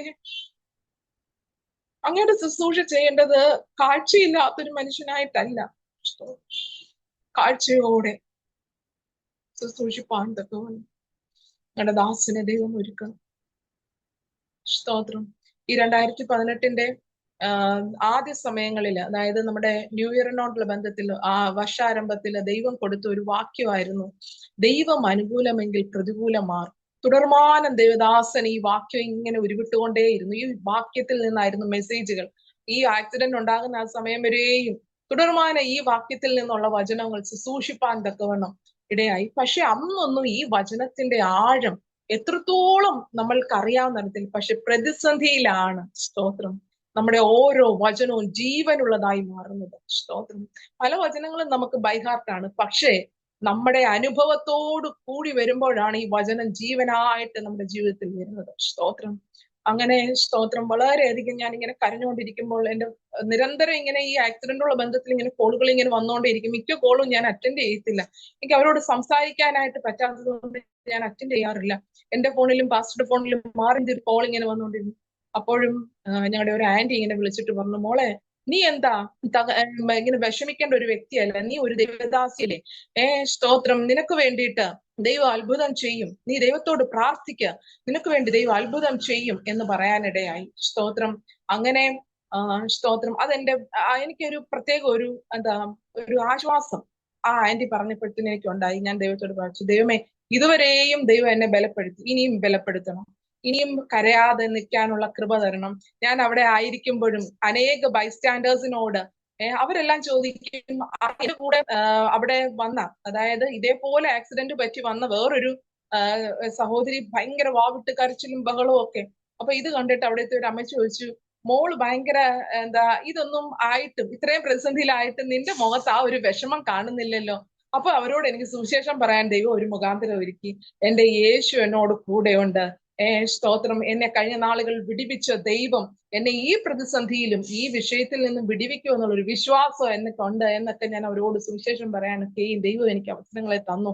സ്തോത്രം. അവിടെ ആയിരിക്കുമ്പോൾ അവിടുത്തെ ആ പ്രശ്നങ്ങളൊക്കെ കഴിഞ്ഞ് സ്തോത്രം. പിന്നീട് അവർ പറഞ്ഞു, നമുക്ക് ഓപ്പറേഷൻ കൂടാതെ സ്തോത്രം ഒരു നിവൃത്തിയില്ല എന്നുള്ള രീതിയിൽ സ്തോത്രം ഹോസ്പിറ്റലിൽ നിന്ന് ഞങ്ങൾ മടങ്ങി വന്നു. അപ്പോൾ അവസാനം അറിയുന്നത് കണ്ണിന് ഒരു കുപ്പിച്ചില്, കൃഷ്ണമണിയോട് ചേർന്ന് ഒരു കുപ്പിച്ചിൽ അകത്ത് കയറി പോയിട്ടുണ്ട്. അന്നേരം ഇത് സർജറി ചെയ്ത് പുറത്തെടുക്കണം. പക്ഷെ ഇത് സർജറി ചെയ്യുന്നത് ഭയങ്കര റിസ്ക് ആണ്.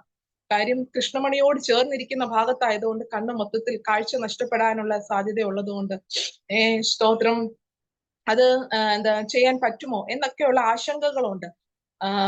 ഞാൻ ഈ എനിക്ക് ഈ കിംസിൽ പോകുന്നെന്ന് പറയുമ്പോഴും അവിടുത്തെ എത്രത്തോളം ബില്ല് കാര്യം ഇതൊന്നും എനിക്ക് വലിയൊരു ഐഡിയ ഒന്നുമില്ല. ഞാൻ അവിടെ ചെന്ന് ഐസിയുന്റെ വാതിക്കൽ ഇരിക്കുമ്പോൾ ഓരോരുത്തരുടെ ബില്ല് കാണുമ്പോൾ 15 ലക്ഷം, 8 ലക്ഷം.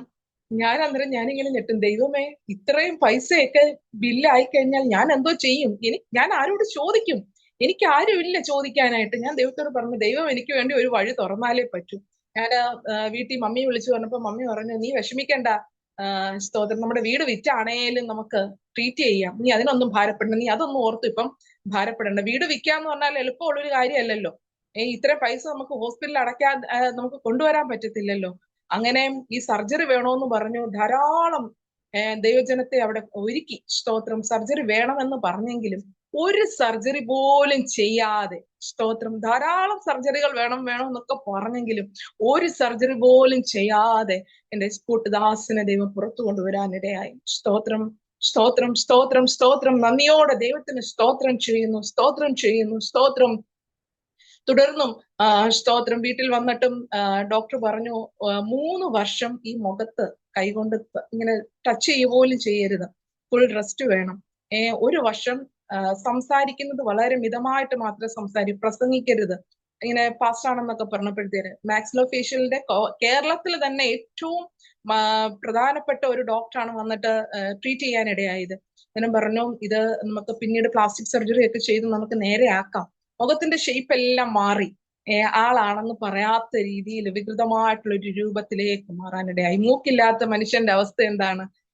സ്തോത്രം, സ്തോത്രം. അങ്ങനെ സ്തോത്രം, ഞങ്ങൾ ഭവനത്തിലേക്ക് വന്നു. പിന്നെ കണ്ണിന്റെ സർജറി ചെയ്യാൻ, കണ്ണിന്റെ ആ സർജറി ചെയ്യുമ്പോൾ ഡോക്ടർ എന്നെ വിളിച്ചിട്ട് പറഞ്ഞു, കണ്ണിന് കാഴ്ച കിട്ടുമെന്ന് നിങ്ങൾ ഒരിക്കലും പ്രതീക്ഷിക്കണ്ട, സ്തോത്രം, പിന്നെ ഞങ്ങളാൽ കഴിയുന്നത് പോലെ നോക്കാം എന്ന് പറഞ്ഞാണ്. ഞാൻ ആ സമയമെല്ലാം ദൈവത്തോട് പ്രാർത്ഥിച്ചു, ദൈവമേ, സ്തോത്രം, ദൈവമാണ് സ്തോത്രം ഞങ്ങളെ വേലയ്ക്ക് വിളിച്ചതെങ്കിൽ തുടർന്നും പൂർണ്ണ കാഴ്ചയോടെ കർത്താവിന്റെ വേല ചെയ്യണമെങ്കിൽ സ്തോത്രം, കാഴ്ചയോടെ മടക്കിക്കൊണ്ടുവരണം സ്തോത്രം എന്നൊക്കെ ഞാൻ പറഞ്ഞിങ്ങനെ പ്രാർത്ഥിപ്പാനിടയായി. ദൈവം അത്ഭുതമെന്ന് പറയട്ടെ, കാഴ്ചയോടെ സ്തോത്രം മടക്കിക്കൊണ്ടുവരുവാൻ തക്കവണ്ണം ദൈവം ഇടയാക്കി. അങ്ങനെ സ്തോത്രം, ഞങ്ങളുടെ ശുശ്രൂഷ, സഭ മിനിസ്ട്രി പിന്നീട് അതുവരെ ഉണ്ടായിരുന്ന ചർച്ച് മിനിസ്ട്രിയുടെ ലെവല് മാറാൻ തുടങ്ങി. ഈ ആക്സിഡന്റിന് ശേഷമാണ് പുതിയ വിശ്വാസികൾ, പുതിയ കുടുംബങ്ങൾ ഞങ്ങളുടെ സഭയിലേക്ക് കടന്നു വരാനിടയായി. നമ്മൾ ഒരു പ്രതിസന്ധിയിലാകുമ്പോൾ അതിന്റെ അപ്പുറത്ത് ഒരു വലിയ ദൈവപ്രവൃത്തി നമ്മളെ വെയിറ്റ് ചെയ്യുന്നുണ്ട്. സ്തോത്രം, എവിടെയെങ്കിലും നമ്മൾ തകർക്കപ്പെടുന്നുണ്ടെങ്കിൽ സ്തോത്രം, പിന്നീട് ഒരു മാനപാത്രമാക്കി തീർക്കുവാൻ തക്കവണ്ണം ദൈവത്തിന് പദ്ധതിയുണ്ട്. സ്തോത്രം, അങ്ങനെയെങ്കിൽ എന്നെ വിടുവിച്ച ദൈവം, ഞങ്ങളെ വിടുവിച്ച ദൈവം, എന്നെ കേൾക്കുന്ന ആരെങ്കിലും പ്രതിസന്ധിയിലായിരിക്കുന്നുവെങ്കിൽ നിങ്ങളെയും വിടുവിപ്പാൻ ശക്തനാം ദൈവമാണ്. സ്തോത്രം, സ്തോത്രം, സ്തോത്രം. നിരവധി അനർത്ഥങ്ങൾ കാണുമാറാക്കിയവനെ നീ ഞങ്ങളെ വീണ്ടും ജീവിപ്പിക്കുകയില്ലയോ? സ്തോത്രം, ജീവിതത്തിലെ പ്രതിസന്ധികൾ ഒരിക്കലും നമ്മെ തളർത്തി കളയുവാനല്ല, സ്തോത്രം, പിന്നെയോ പണിതെടുത്ത് സ്തോത്രം നല്ല പൊന്നാക്കി പുറത്തു കൊണ്ടുവരാനാണ്. സ്തോത്രം, അനേകർക്ക് പ്രയോജനകരമായിട്ടുള്ള മാനപാത്രങ്ങളാക്കി നമ്മളെ മാറ്റിക്കൊണ്ടുവരുവാനാണ് നമ്മുടെ പ്രതിസന്ധികൾ. സ്തോത്രം, സ്തോത്രം, സ്തോത്രം. ഇപ്പോഴും ഞങ്ങൾ അനുഗ്രഹിക്കപ്പെട്ട നിലയിൽ കർത്താവിന്റെ വേലയിൽ വർദ്ധിച്ചു വരുവാൻ തക്കവണ്ണം സ്വർഗത്തിലെ ദൈവം ഞങ്ങളെ ഇടയാക്കുന്നു. ഈ 1 വർഷം കഴിഞ്ഞ് സംസാരിക്കാൻ പറ്റൂ എന്ന് പറഞ്ഞ സ്ഥിതിയിൽ 1.5 മാസം 2 മാസം കഴിഞ്ഞപ്പോൾ ദേവദാസൻ സഭയിൽ വരാനിടയായി. സ്തോത്രം, സ്തോത്രം, സ്തോത്രം. 1.5 മാസം കഴിഞ്ഞപ്പോൾ സഭയിൽ വന്നു തുടങ്ങിയെങ്കിലും അധികം സംസാരിക്കത്തില്ല, ചെറുതായിട്ട് ഒന്ന് സംസാരിക്കാൻ ഇടയായി. അത് കഴിഞ്ഞ് സ്തോത്രം, ഒരു 6 മാസം ആയപ്പോ തൊട്ട് വചനം നന്നായിട്ട് സംസാരിക്കാൻ രീതിയിലേക്ക് മാറി. സ്തോത്രം, ദൈവം ചെയ്യുന്ന അത്ഭുതങ്ങള്. ഡോക്ടേഴ്സ് വിധി എഴുതും, പക്ഷെ എന്റെ ദൈവം അതിനേക്കാളും വലിയ വിധിയാണ് നമ്മളെ കുറിച്ച് എഴുതുന്നത്. സ്തോത്രം, സ്തോത്രം. നന്ദിയോടെ സ്തോത്രം ചെയ്യുന്നു. സ്തോത്രം, ഞങ്ങളുടെ സഭയുടെ പ്രാർത്ഥന, അനേക ദൈവമക്കളുടെ പ്രാർത്ഥന ഞങ്ങൾക്ക് വളരെ അനുഗ്രഹമായിരുന്നു. ലോകമെമ്പാടുമുള്ള അനേക ദൈവമക്കള് ഞങ്ങൾക്ക് വേണ്ടി ഇടിവിൽ നിന്ന് പ്രാർത്ഥിച്ചു. ഈ സമയം അതെല്ലാം നന്ദിയോടെ ഓർക്കുന്നു. അനേകർ ഞങ്ങളെ സഹായിച്ചു. ശരിക്കും പറഞ്ഞാല് ആ പ്രതിസന്ധിയില് ഞാൻ മെഡിസിറ്റിയിലായിരിക്കുമ്പോൾ ഞങ്ങളുടെ സഭയിലെ ഒരു അങ്കിള് കൊണ്ടുവന്നിട്ട് എന്റെ കയ്യിൽ ഒരു കെട്ട് നോട്ട് കൊണ്ട് തന്നിട്ട് പറഞ്ഞു, സിസ്റ്റർ ഇതിരിക്കട്ടെ. ഞാൻ അന്നേരം അങ്കിളിന്റെ അടുത്ത് വന്നു, അങ്കിളെ എനിക്ക് വേണ്ട, ഞാൻ വിചാരിക്കുന്നത് കുറച്ച് പൈസയൊക്കെ കൊടുത്തൊക്കെ ഉള്ള ഒരു എന്റെ മൈൻഡിൽ അത്രേ ഉള്ളൂ. അപ്പൊ ഞാൻ പറഞ്ഞു, വേണ്ട അങ്കിളെ, ഇത്രയൊന്നും പൈസ എനിക്ക് ഹാൻഡിൽ ചെയ്യാനൊന്നും പറ്റത്തില്ല എന്ന് പറഞ്ഞ് ഞാൻ അത് തിരിച്ചു കൊടുത്തപ്പോ പറഞ്ഞു, അല്ല ഇപ്പൊ അത് അറിയത്തില്ല, അത് ഇരിക്കട്ടെ എന്ന് പറഞ്ഞ് ഒരു കെട്ട് നോട്ട്. സ്തോത്രം. ട്രിവാൻഡ്രം കിംസിൽ വന്നിട്ട് ഞങ്ങളെ ഏറ്റവും സ്നേഹിക്കുകയും കരുതുകയൊക്കെ ചെയ്യുന്ന വേറൊരു സാറ് വന്നിട്ട് ആ സാറിന്റെ ATM കാർഡ് എന്റെ കയ്യിൽ തന്നിട്ട് നമ്പർ എഴുതി തന്നിട്ട് പറയുക, സിസ്റ്ററെ ഇതിരിക്കട്ടെ, ഇതിനകത്ത് ഏകദേശം ഒരു 2.5 ലക്ഷം രൂപയോളം അക്കൗണ്ടിലുണ്ട്, ആവശ്യത്തിനെടുത്ത് ഉപയോഗിക്കുക, പാസ്റ്റർ കാര്യങ്ങൾക്ക് വേണ്ടി ചെലവാക്കുക. ഇങ്ങനെ നിരവധി അനവധി ദൈവമക്കളെ ദൈവം ഞങ്ങൾക്ക് വേണ്ടി ഒരുക്കി. സ്തോത്രം. എന്റെ ഹസ്ബൻഡിന്റെയോ വീട്ടിൽ നിന്ന് 1 രൂപ പോലും ചെലവാക്കാതെ, ആ പേരൻസിൽ നിന്ന് 1 രൂപ പോലും ചെലവാക്കാതെ, സ്തോത്രം, വെറും 3000 രൂപ മാത്രമേ ഞങ്ങളുടെ അന്ന് കയ്യിൽ ആ ആക്സിഡന്റിന്റെ സമയത്ത് ഉണ്ടായിരുന്നുള്ളൂ. പക്ഷെ ദൈവം അവിടെ, സ്തോത്രം, ഞങ്ങൾക്ക് വേണ്ടി വലിയവ ചെയ്തു. സ്തോത്രം. ആ ഹോസ്പിറ്റൽ ചെലവ് മൊത്തവും ദൈവമക്കൾ തന്ന നന്മയാണ്. സ്തോത്രം. നന്ദിയോടെ സ്തുതിക്കുന്നു. ദൈവം ഒരുക്കിയ വഴികളാണ്. സ്തോത്രം. തുടർന്ന് ഇങ്ങോട്ട് ഞങ്ങള് ഞങ്ങളുടെ ആ കൊച്ചു വീട്ടിലാണ് പാർക്കുന്നത്. ഞങ്ങൾക്ക് ദാനമായി തന്ന ആ ഭവനത്തില് അങ്ങനെ 2023 ആയപ്പോഴത്തേനും പാസ്റ്റർ വീട്ടില് പാസ്റ്റർക്ക് ഒരു പെങ്ങള് മാത്രമേ ഉള്ളൂ. അപ്പം ഞങ്ങൾക്കാണ് ആ പേരൻസിനെ നോക്കേണ്ട റെസ്പോൺസിബിലിറ്റി.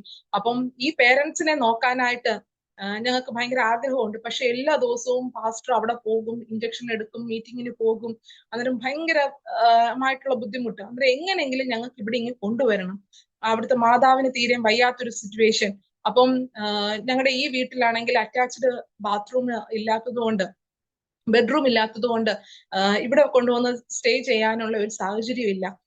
അങ്ങനെ ഞങ്ങൾ പ്രാർത്ഥിച്ചുകൊണ്ടിരുന്നു. ഞങ്ങൾ ഒരു വാടക വീടിന് വേണ്ടിയിട്ടൊക്കെ നോക്കിക്കൊണ്ടിരുന്നു. ഞങ്ങളുടെ വീടിന് അടുത്ത് തന്നെ ഉള്ള ഒരു വീട് ഞങ്ങൾ വാടകയ്ക്ക് ചോദിച്ചു. ഒഴിഞ്ഞു കിടക്കുന്നത് വിൽക്കാനിട്ടിരിക്കുകയാണെന്ന് അറിഞ്ഞുകൊണ്ട് ഞങ്ങൾ പറഞ്ഞു, ഞങ്ങൾക്ക് ഇത് കണക്ക് ഞങ്ങളുടെ പേരൻസിനെ കൊണ്ടുവരാനാണ്, തൊട്ടടുത്ത് തന്നെയാണ്.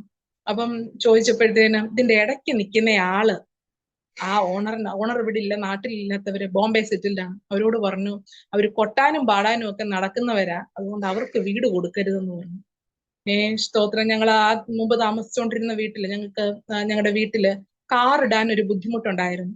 അപ്പം കാർ കൊണ്ടുവന്ന് ഈ വീടിന്റെ സ്ലാബിൽ അവരുടെ പെർമിഷനോട് കൂടി തന്നെ ആ സ്ലാബില് ഇട്ടപ്പോഴ് അന്ന് അവിടുത്തെ ആ ഒരു മകൻ വന്നിട്ട് 12 മണിക്ക്, പാസ്റ്റ് 11:30 മീറ്റിംഗ് കഴിഞ്ഞ് വന്നു. 12 മണിക്ക് രാത്രി വന്നിട്ട് വിളിച്ചുണർത്തിയിട്ട് കുറെ ചീത്തയൊക്കെ പറഞ്ഞു. അന്ന് രാത്രി അങ്ങ് പുയപ്പള്ളി വീട്ടിൽ കൊണ്ടുവന്ന് കാർ ഇട്ട ഒരു അനുഭവം. ഞാനിത് പറഞ്ഞെന്ന് പറഞ്ഞു കഴിഞ്ഞാൽ 2023 ഒരു വിലക്കാരെ ഞങ്ങളുടെ വീടിന് കൊണ്ടുവന്നു. മാന്യമായ വില കിട്ടി ആ വീട് കൊടുത്തു. തുടർന്ന് ഞങ്ങൾക്ക് വീട് മേടിക്കാനായിട്ട് ഈ പട്ടണത്തിൽ ഞങ്ങൾ പലയിടത്തും സഭയ്ക്കും കൂടെ ചേർന്ന്, സഭയ്ക്ക് സ്വന്തമായിട്ട് ഒരു ആലയമില്ല, അപ്പം സഭയ്ക്കും കൂടെ ചേരുന്ന ഒരു ആരാധനാലയം കൂടെ ചേരുന്ന ഒരു സ്ഥലം നോക്കി. ആ രീതിയിൽ ഞങ്ങൾ ധാരാളം സ്ഥലങ്ങൾ നോക്കി, പക്ഷെ ഒന്നും ലഭിച്ചില്ല. അങ്ങനെ ഇരിക്കവെയാണ് ഈ വീടിന്റെ കാര്യം ഓർമ്മയിൽ വന്ന് ഒരാൾ വന്നിട്ട് പറഞ്ഞു, ഇതേ കണക്ക് ഈ വീട് കൊടുക്കാനിട്ടേക്കുമല്ലോ, ഇത് നോക്ക്. അന്നേരം ഞങ്ങളുടെ ബഡ്ജറ്റിൽ അത് ഒതുങ്ങത്തില്ല. ഇത് ഏകദേശം ഒരു 70 ലക്ഷം രൂപയോളം വില അവർ ചോദിക്കുന്നുണ്ട്. അപ്പൊ അത് പറ്റത്തില്ല. സ്തോത്രം. അങ്ങനെ ഞങ്ങൾ പ്രാർത്ഥിച്ചു. വേറൊരാൾ മുട്ടി ഇടയ്ക്ക് നിന്ന് ഈ വീട്, ഞങ്ങൾ ആ വീട് വിറ്റ്, സ്തോത്രം, ആ നന്മയിൽ അല്പം കൂടി മാത്രം ചെലവായുള്ളൂ. ഞങ്ങൾക്ക് പുതിയ വേറൊരു വീട് ദൈവം തരാനിടയായി. അനുഗ്രഹിക്കപ്പെട്ട ഒരു ഭവനം. സ്തോത്രം, സ്തോത്രം. ഞാനിത് പറയുമ്പോൾ ഞങ്ങളുടെ സാഹചര്യം വെച്ചിട്ട് ഇത് മേടിക്കാൻ ഒരു നിവൃത്തിയില്ല. പക്ഷേ ദൈവത്തിന് ഒരു കാര്യവും അസാധ്യമല്ല. ദൈവം ഞങ്ങൾക്ക് വേണ്ടി വഴികളെ തുറന്നു. ദൈവം അത് നൽകുവാനിടയായി. ഈ വീട്ടിൽ ഞങ്ങളുടെ പേരൻസിനെ കൊണ്ടുവരാനിടയായി. പാസ്റ്ററുടെ മാതാവിനെയും പിതാവിനെയും കൊണ്ടുവന്നു. ഇവിടെ വന്നു 3 മാസമായപ്പോൾ ഞങ്ങളുടെ മാതാവ് ലോകത്ത് നിന്ന് മാറ്റപ്പെടാനിടയായി. നമ്മുടെ ഹൃദയത്തിലെ ആഗ്രഹങ്ങളെ കാണുന്ന ഒരു കർത്താവുണ്ട്. ആ മാതാവിനെ ശുശ്രൂഷിക്കണം എന്നുള്ളത് ഞങ്ങളുടെ അതിയായ ആഗ്രഹമാണ്. ഞങ്ങൾ കിട്ടുന്ന സമയമെല്ലാം അവിടെ പോകും. പക്ഷെ അതല്ലല്ലോ, നമ്മളോടൊപ്പം നിൽക്കണം എന്നുള്ളത് ദൈവത്തിന്റെ പദ്ധതി ആകയാൽ അവരെ ഇവിടെ കൊണ്ടുവന്നു പാർപ്പിച്ചു, അവരെ ശുശ്രൂഷിച്ചു. സ്തോത്രം. സന്തോഷത്തോടെ ഈ ലോകത്ത് നിന്ന് മാറ്റപ്പെടാനിടയായി. സ്തോത്രം. തുടർന്ന് സ്തോത്രം, അനുഗ്രഹിക്കപ്പെട്ട നിലയിൽ ആ പിതാവ് ഞങ്ങളോടൊപ്പമായിരിക്കുന്നു. എന്റെ മാതാവ് ഞങ്ങളോടൊപ്പമായിരിക്കുന്നു. അവർ ഞങ്ങളുടെ ശുശ്രൂഷകൾക്ക് ഏറ്റവും അനുഗ്രഹമായിട്ട് ഞങ്ങളോടൊപ്പമായിരിക്കുന്നു. അനുഗ്രഹിക്കപ്പെട്ട നിലയിൽ സഭ നയിപ്പാൻ തക്കവണ്ണം ദൈവം ഞങ്ങളെ സഹായിക്കുന്നു. വീണ്ടും ഞങ്ങളുടെ സഭയെ ഓർത്ത് പ്രാർത്ഥിക്കണം. ഞങ്ങളുടെ പ്രവർത്തനങ്ങളെ ഓർത്തും ഞങ്ങളെ ഓർത്തും പ്രാർത്ഥിക്കണമെന്ന് അപേക്ഷിച്ചുകൊണ്ട് എന്റെ വാക്കുകളെ ചുരുക്കും. വളരെ അനുഗ്രഹീതമായ ഒരു ജീവിത അനുഭവം. അതിൻ്റെ മുൻകാല ചരിത്രങ്ങൾ നാം കേട്ടു. അവിടെയൊക്കെ വളരെ വേദനകളിലൂടെ, ഭാരങ്ങളിലൂടെ, പ്രയാസങ്ങളിലൂടെ കടന്നുപോയ ദിനരാത്രങ്ങൾ. പ്രത്യേകിച്ച് പ്രിയ സിസ്റ്റർ ആ കുട്ടിക്കാലത്തെക്കുറിച്ച് ചില കാര്യങ്ങൾ പറഞ്ഞപ്പോൾ മാതാവും പിതാവും കൂടി ചില സൗന്ദര്യപ്പിണക്കങ്ങൾ അവരുടെ ജീവിതത്തിൽ ഉണ്ടായപ്പോൾ അഭിമുഖീകരിച്ചതായ ആ വേദന മറ്റേതൊരു വിഷയത്തേക്കാൾ ഉപരി ഒരുപാട് പ്രയാസങ്ങളുണ്ടായി. മമ്മിയുടെ രോഗം, പപ്പായുടെ വേർപാട്, സാമ്പത്തിക ബുദ്ധിമുട്ടുകൾ, ഇതൊക്കെ ഒരുപാട് വിഷമങ്ങൾ ഉളവാക്കുന്നതാണെങ്കിൽ പോലും മാതാപിതാക്കന്മാർ തമ്മിൽ അവർ പിണങ്ങിയിരിക്കുന്ന, വേർപിരിഞ്ഞിരിക്കുന്ന, അവർ പരസ്പരം സന്തോഷമില്ലാതിരിക്കുന്ന അനുഭവം ഒരിക്കലും ഒരു കുഞ്ഞുങ്ങൾ, പ്രത്യേകിച്ച് പെൺകുഞ്ഞുങ്ങൾ, അവർ കാണാൻ ആഗ്രഹിക്കുന്നില്ല. അവർക്കത് അംഗീകരിക്കാൻ പറ്റുന്ന കാര്യമല്ല. അത് ഏറ്റവും വേദന ഉളവാക്കുന്നതും പുറത്ത് പറയാൻ പറ്റാത്തതുമായ, ഹൃദയത്തിൽ മാത്രം ഒതുക്കി ജീവിക്കുന്ന, ഉള്ളുരുകി ജീവിക്കുന്ന നാളുകൾ. എന്നാൽ പിന്നത്തേതിൽ അതിനൊക്കെയും ക്രമീകരണമുണ്ടായി. സന്തോഷത്തോടെ മാതാപിതാക്കന്മാർ തങ്ങളുടെ കുടുംബജീവിതം നയിക്കുകയും പിന്നീടുള്ളതായ കാലങ്ങളൊക്കെ ആത്മീയമായി മുന്നോട്ട് പോകുവാൻ അവരെ ഒരുമിച്ച് ദൈവം സഹായിക്കുകയും ചെയ്യുന്നു. പ്രിയ ബജലി സിസ്റ്ററിന് അനുഗ്രഹിക്കപ്പെട്ട നല്ല വിദ്യാഭ്യാസമൊക്കെ ചെയ്യുവാൻ, അനുഗ്രഹിക്കപ്പെട്ട ഒരു കുടുംബസ്ഥയായി മാറുവാൻ, കർത്താവിൻ്റെ ദാസി എന്ന നിലയിൽ കർത്താവിൻ്റെ വേലയിലായിരിക്കുവാൻ ദൈവം അവസരങ്ങളെ ഒരുക്കി. ഇന്ന് അനുഗ്രഹിക്കപ്പെട്ട നിലയിൽ കർത്താവിൻ്റെ മഹത്വമുള്ള ശുശ്രൂഷയുള്ള മുതൽ കൊല്ലം പട്ടണത്തിൽ കർത്താവിൻ്റെ വേല ചെയ്യുന്നു. പുറകോട്ട് നോക്കുമ്പോൾ വേദനകളുടെയും ഭാരങ്ങളുടെയും പ്രയാസങ്ങളുടെയും കടബാധ്യതകളുടെയും ബുദ്ധിമുട്ടുകളുടെയും ഒക്കെ നടുവിലൂടെ കടന്നുപോയി. പ്രിയപ്പെട്ടവരുടെ വേർപാട് ഒക്കെ വളരെ വേദന ഉളവാക്കുന്നതാണ്. എങ്കിൽ പോലും ഇന്ന് ഒരു ദൈവ പൈതൽ എന്ന നിലയിൽ വളരെ പ്രതീക്ഷയും വളരെ പ്രത്യാശയും ഉറപ്പും ധൈര്യമുള്ളവളായി ദൈവസന്നിധിയിലായിരിക്കുന്നല്ലോ. കർത്താവ് അനുഗ്രഹിക്കട്ടെ.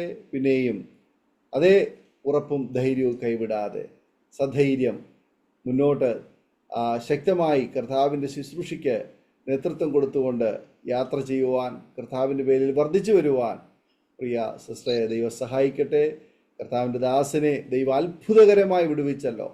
ആമേൻ. മരണത്തിന് ഏൽപ്പിക്കപ്പെട്ടുപോയ ആ ഒരു അപകടം, എന്നാൽ അതിൽ നിന്ന് കർത്താവ് കൊടുത്ത അത്ഭുതകരമായ വിടുതൽ, അത്ഭുതകരമായ ഒരു വിടുതൽ. അവിടെയും കർത്താവ് വേണ്ട ക്രമീകരണങ്ങളൊക്കെ ചെയ്തു. സാമ്പത്തികമായിട്ടൊക്കെ ക്രമീകരണങ്ങൾ കർത്താവ് ചെയ്തു തന്നു. സ്വന്തമായി പാർക്കുവാനൊരിടം, അതുപോലെ മറ്റ് സൗകര്യങ്ങളൊക്കെ ദൈവം അതതിൻ്റെ സമയങ്ങളിൽ തന്നു. അതെ, ദൈവദാസന് ദൈവം കൊടുത്ത വിടുതലിനായി സ്തോത്രം. ആ കുടുംബത്തെ ആകമാനമായി ദൈവീയ സംരക്ഷണയിൽ ദൈവം സൂക്ഷിച്ച് പരിപാലിക്കുന്നു. കേൾവിക്കാരാകുന്ന പ്രിയപ്പെട്ടവരിൽ പലരുടെയും ജീവിതത്തിൽ പല വിധത്തിലുള്ളതായ ബുദ്ധിമുട്ടുകളിലൂടെ കടന്നു പോകുന്നവരുണ്ട്. ഞങ്ങളെ കേൾക്കുന്ന അനേക പ്രിയപ്പെട്ടവരും രോഗികളും കടബാധ്യതകളും കുടുംബത്തിൽ സമാധാനവും സ്വസ്ഥതയില്ലാതെ ആയിരിക്കുന്ന പ്രിയപ്പെട്ടവർ, അതുപോലെ മാതാപിതാക്കന്മാരുടെ പരസ്പരം പിണക്കം നിമിത്തം വേദനകൾ ഉൾക്കൊള്ളുന്നത് ജീവിക്കുന്ന കുഞ്ഞുങ്ങൾ, തിക്താനുഭവങ്ങൾ അനുഭവിക്കുന്ന പ്രിയപ്പെട്ടവരൊക്കെ ഇന്ന് നമ്മുടെ സമൂഹത്തിൽ ഞങ്ങളെ കേട്ടുകൊണ്ടിരിക്കുന്നു. എന്നാൽ അതിൻ്റെയൊക്കെ നടുവിൽ നിങ്ങളുടെ പ്രതീക്ഷ, പ്രത്യാശ മനുഷ്യരിൽ ആശ്രയിക്കാതെ യഹോവയിൽ ആശ്രയിച്ച് ദൈവകൃപയിൽ ജീവിപ്പാൻ നിങ്ങൾ തയ്യാറാവുമെങ്കിൽ നിങ്ങളുടെ എല്ലാ പ്രശ്നങ്ങളുടെയും നടുവിൽ സ്വർഗത്തിലെ ദൈവം നിങ്ങൾക്ക് ആശ്വാസകനായി കൂടെ ഇരുന്ന് നിങ്ങളെ കരം പിടിച്ച് വഴി നടത്തുവാൻ വിശ്വസ്തനാണെന്ന് ഈ സാക്ഷ്യം കേൾക്കുന്ന ഏതൊരു വ്യക്തിക്കും മനസ്സിലാക്കുവാൻ കഴിയും. ആകിയാൽ കർത്താവ് നമ്മെല്ലാവരെയും സഹായിക്കട്ടെ. ഒരു നിമിഷം നമ്മുടെ കണ്ണുകളെ അടയ്ക്കാം, ഹൃദയങ്ങളെ ആഗ്രഹമാക്കാം. ദൈവത്തിന് പ്രാർത്ഥനയ്ക്കായി നമുക്ക് നമ്മെ തന്നെ സമർപ്പിക്കാം. എല്ലാ പ്രിയപ്പെട്ടവരും പ്രാർത്ഥിച്ചുകൊണ്ടിരിക്കുമ്പോൾ ബജലി സിസ്റ്റർ അരോമ ടിവിയുടെ പ്രേക്ഷകർക്ക് വേണ്ടി ചുരുക്കം വാചകങ്ങൾ ഈ സമയം നമ്മെ പ്രാർത്ഥനയിൽ സഹായിക്കും. പ്രാർത്ഥിക്കും. ഞങ്ങളുടെ നല്ല സ്വർഗീയ പിതാവേ, അപ്പാ സ്തോത്രം. എൻ്റെ അനുഭവ സാക്ഷ്യം എൻ്റെ മക്കളോട് ഷെയർ ചെയ്യുവാൻ തക്കവണ്ണം സ്വർഗത്തിലെ ദൈവം ഉണ്ടാക്കിയല്ലോ. ഞങ്ങളെ കേൾക്കുന്ന ആരെങ്കിലും കർത്താവ് രോഗികളായോ കടഭാരത്താലോ മാനസിക വിഷമത്താലോ ആയിരിക്കുന്നുവെങ്കിൽ, കർത്താവ് കുടുംബജീവിതം തകർന്ന ആരെങ്കിലും ഞങ്ങളെ കേൾക്കുന്നുവെങ്കിൽ, കർത്താവെ എന്നെ വിടിവിച്ച ദൈവം അവരെയും വിടിവിപ്പാൻ ശക്തനാണ് ദൈവം എന്ന് ഞാൻ വിശ്വസിക്കുന്നു. കർത്താവെ അപ്പാ ഞങ്ങളെ കേൾക്കുന്ന കർത്താവെ ജീവിതങ്ങൾക്ക് ഇത് വിടുതലും അനുഗ്രഹവുമാക്കി തീർത്തതിനായി സ്തോത്രം. ഈ പ്രവർത്തനങ്ങളെ ധാരാളമായി അങ്ങ് അനുഗ്രഹിക്കുന്നതിനായി സ്തോത്രം. യേശു ക്രിസ്തുവിൻ നാമത്തിൽ തന്നെ ആമേൻ. ആമേൻ, ആമേൻ, ആമേൻ. ഇത്രത്തോളം സമയം അനുഗ്രഹിക്കപ്പെട്ട ജീവിതാനുഭവവും സാക്ഷ്യവും പങ്കുവയ്ക്കുവാൻ അരോമ ടിവിയുടെ പ്രേക്ഷകരോടൊപ്പം സമയം വേർതിരിച്ച പ്രിയ കർത്താവിൻ്റെ ദാസിയോടതായി നന്ദി സ്നേഹം അറിയിക്കുന്നു. കർത്താവ് ധാരാളമായി അനുഗ്രഹിക്കുമാറാകട്ടെ. ശുശ്രൂഷയിൽ വർദ്ധിച്ചു വരുവാൻ കർത്താവ് ഉപയോഗിക്കട്ടെ എന്ന് ആശംസിക്കുന്നു, പ്രാർത്ഥിക്കുന്നു. അതുപോലെ തന്നെ പ്രേക്ഷകരുള്ളതായ നന്ദി സ്നേഹവും ഞങ്ങൾ അറിയിക്കുന്നു. ഈ സാക്ഷ്യം നിങ്ങൾക്ക് അനുഗ്രഹമായി തീർന്നു എങ്കിൽ തീർച്ചയായിട്ടും നിങ്ങളുടെ പ്രിയപ്പെട്ടവർക്ക്, സുഹൃത്തുക്കൾക്ക് നിങ്ങൾ ഷെയർ ചെയ്ത് കൊടുക്കുക. അവരും കേൾക്കട്ടെ, കാണട്ടെ. നിങ്ങളുടെ വലിയ അഭിപ്രായങ്ങളും നിർദ്ദേശങ്ങളും കമൻറ്റ് ബോക്സിൽ രേഖപ്പെടുത്തുക. നിങ്ങൾക്കൊരു പ്രാർത്ഥനാ വിഷയമുണ്ടെങ്കിൽ ഞങ്ങളുടെ പ്രാർത്ഥനാ കൂട്ടായ്മയുമായി ജോയിൻ ചെയ്ത് പ്രാർത്ഥനയ്ക്കായി സമയം വേർതിരിക്കുവാൻ ആഗ്രഹിക്കുന്നെങ്കിൽ സ്ക്രീനിൽ കാണുന്ന വാട്സപ്പ് നമ്പറിൽ ഞങ്ങളെ വിവരം അറിയിക്കൂ. ഞങ്ങൾ നിങ്ങൾക്കൊരു പ്രാർത്ഥിക്കാം. അടുത്ത അനുഗ്രഹിക്കപ്പെട്ടൊരു സാക്ഷ്യവുമായി വീണ്ടും കാണുമ്പോഴേയും എല്ലാ പ്രിയപ്പെട്ടവർക്കും good bye. God bless you all. ഓർമ്മയുടെ മനോരഥത്തിൽ മായാത്ത ഓർമ്മയ്ക്കായി അരോമ മാട്രിമോണിയിൽ നിന്നും ജീവിത പങ്കാളിയെ കണ്ടെത്തൂ. നിങ്ങൾ ഒരു ക്രിസ്തീയ ജീവിത പങ്കാളിയെ അന്വേഷിക്കുകയാണോ? അതോ മക്കൾക്ക് അനുയോജ്യമായ ഒരു തക്ക തുണയ്ക്കു വേണ്ടി പ്രാർത്ഥിക്കുന്ന വ്യക്തിയാണോ? എങ്കിൽ അരോമ മാട്രിമോണി നിങ്ങൾക്ക് വേണ്ടിയാണ്. ഇന്നു തന്നെ സൗജന്യമായി രജിസ്റ്റർ ചെയ്യൂ. അരോമ മാട്രിമോണിയുടെ പ്രത്യേകതകൾ: രജിസ്ട്രേഷൻ തികച്ചും സൗജന്യം. ലോകത്തെവിടെയുമുള്ള അനുയോജ്യമായ ക്രിസ്തീയ ജീവിത പങ്കാളിയെ തിരഞ്ഞെടുക്കാം. വിവാഹം നടക്കുന്നതുവരെ സർവീസ് ലഭിക്കുന്നു. ഏറ്റവും ചെറിയ പാക്കേജുകളും തിരഞ്ഞെടുക്കാം. അരോമ മാട്രിമോണി നിങ്ങൾക്കായി ഒരുക്കുന്നു വിവാഹം പരമാനന്ദം. Email aroma matrimony2020@gmail.com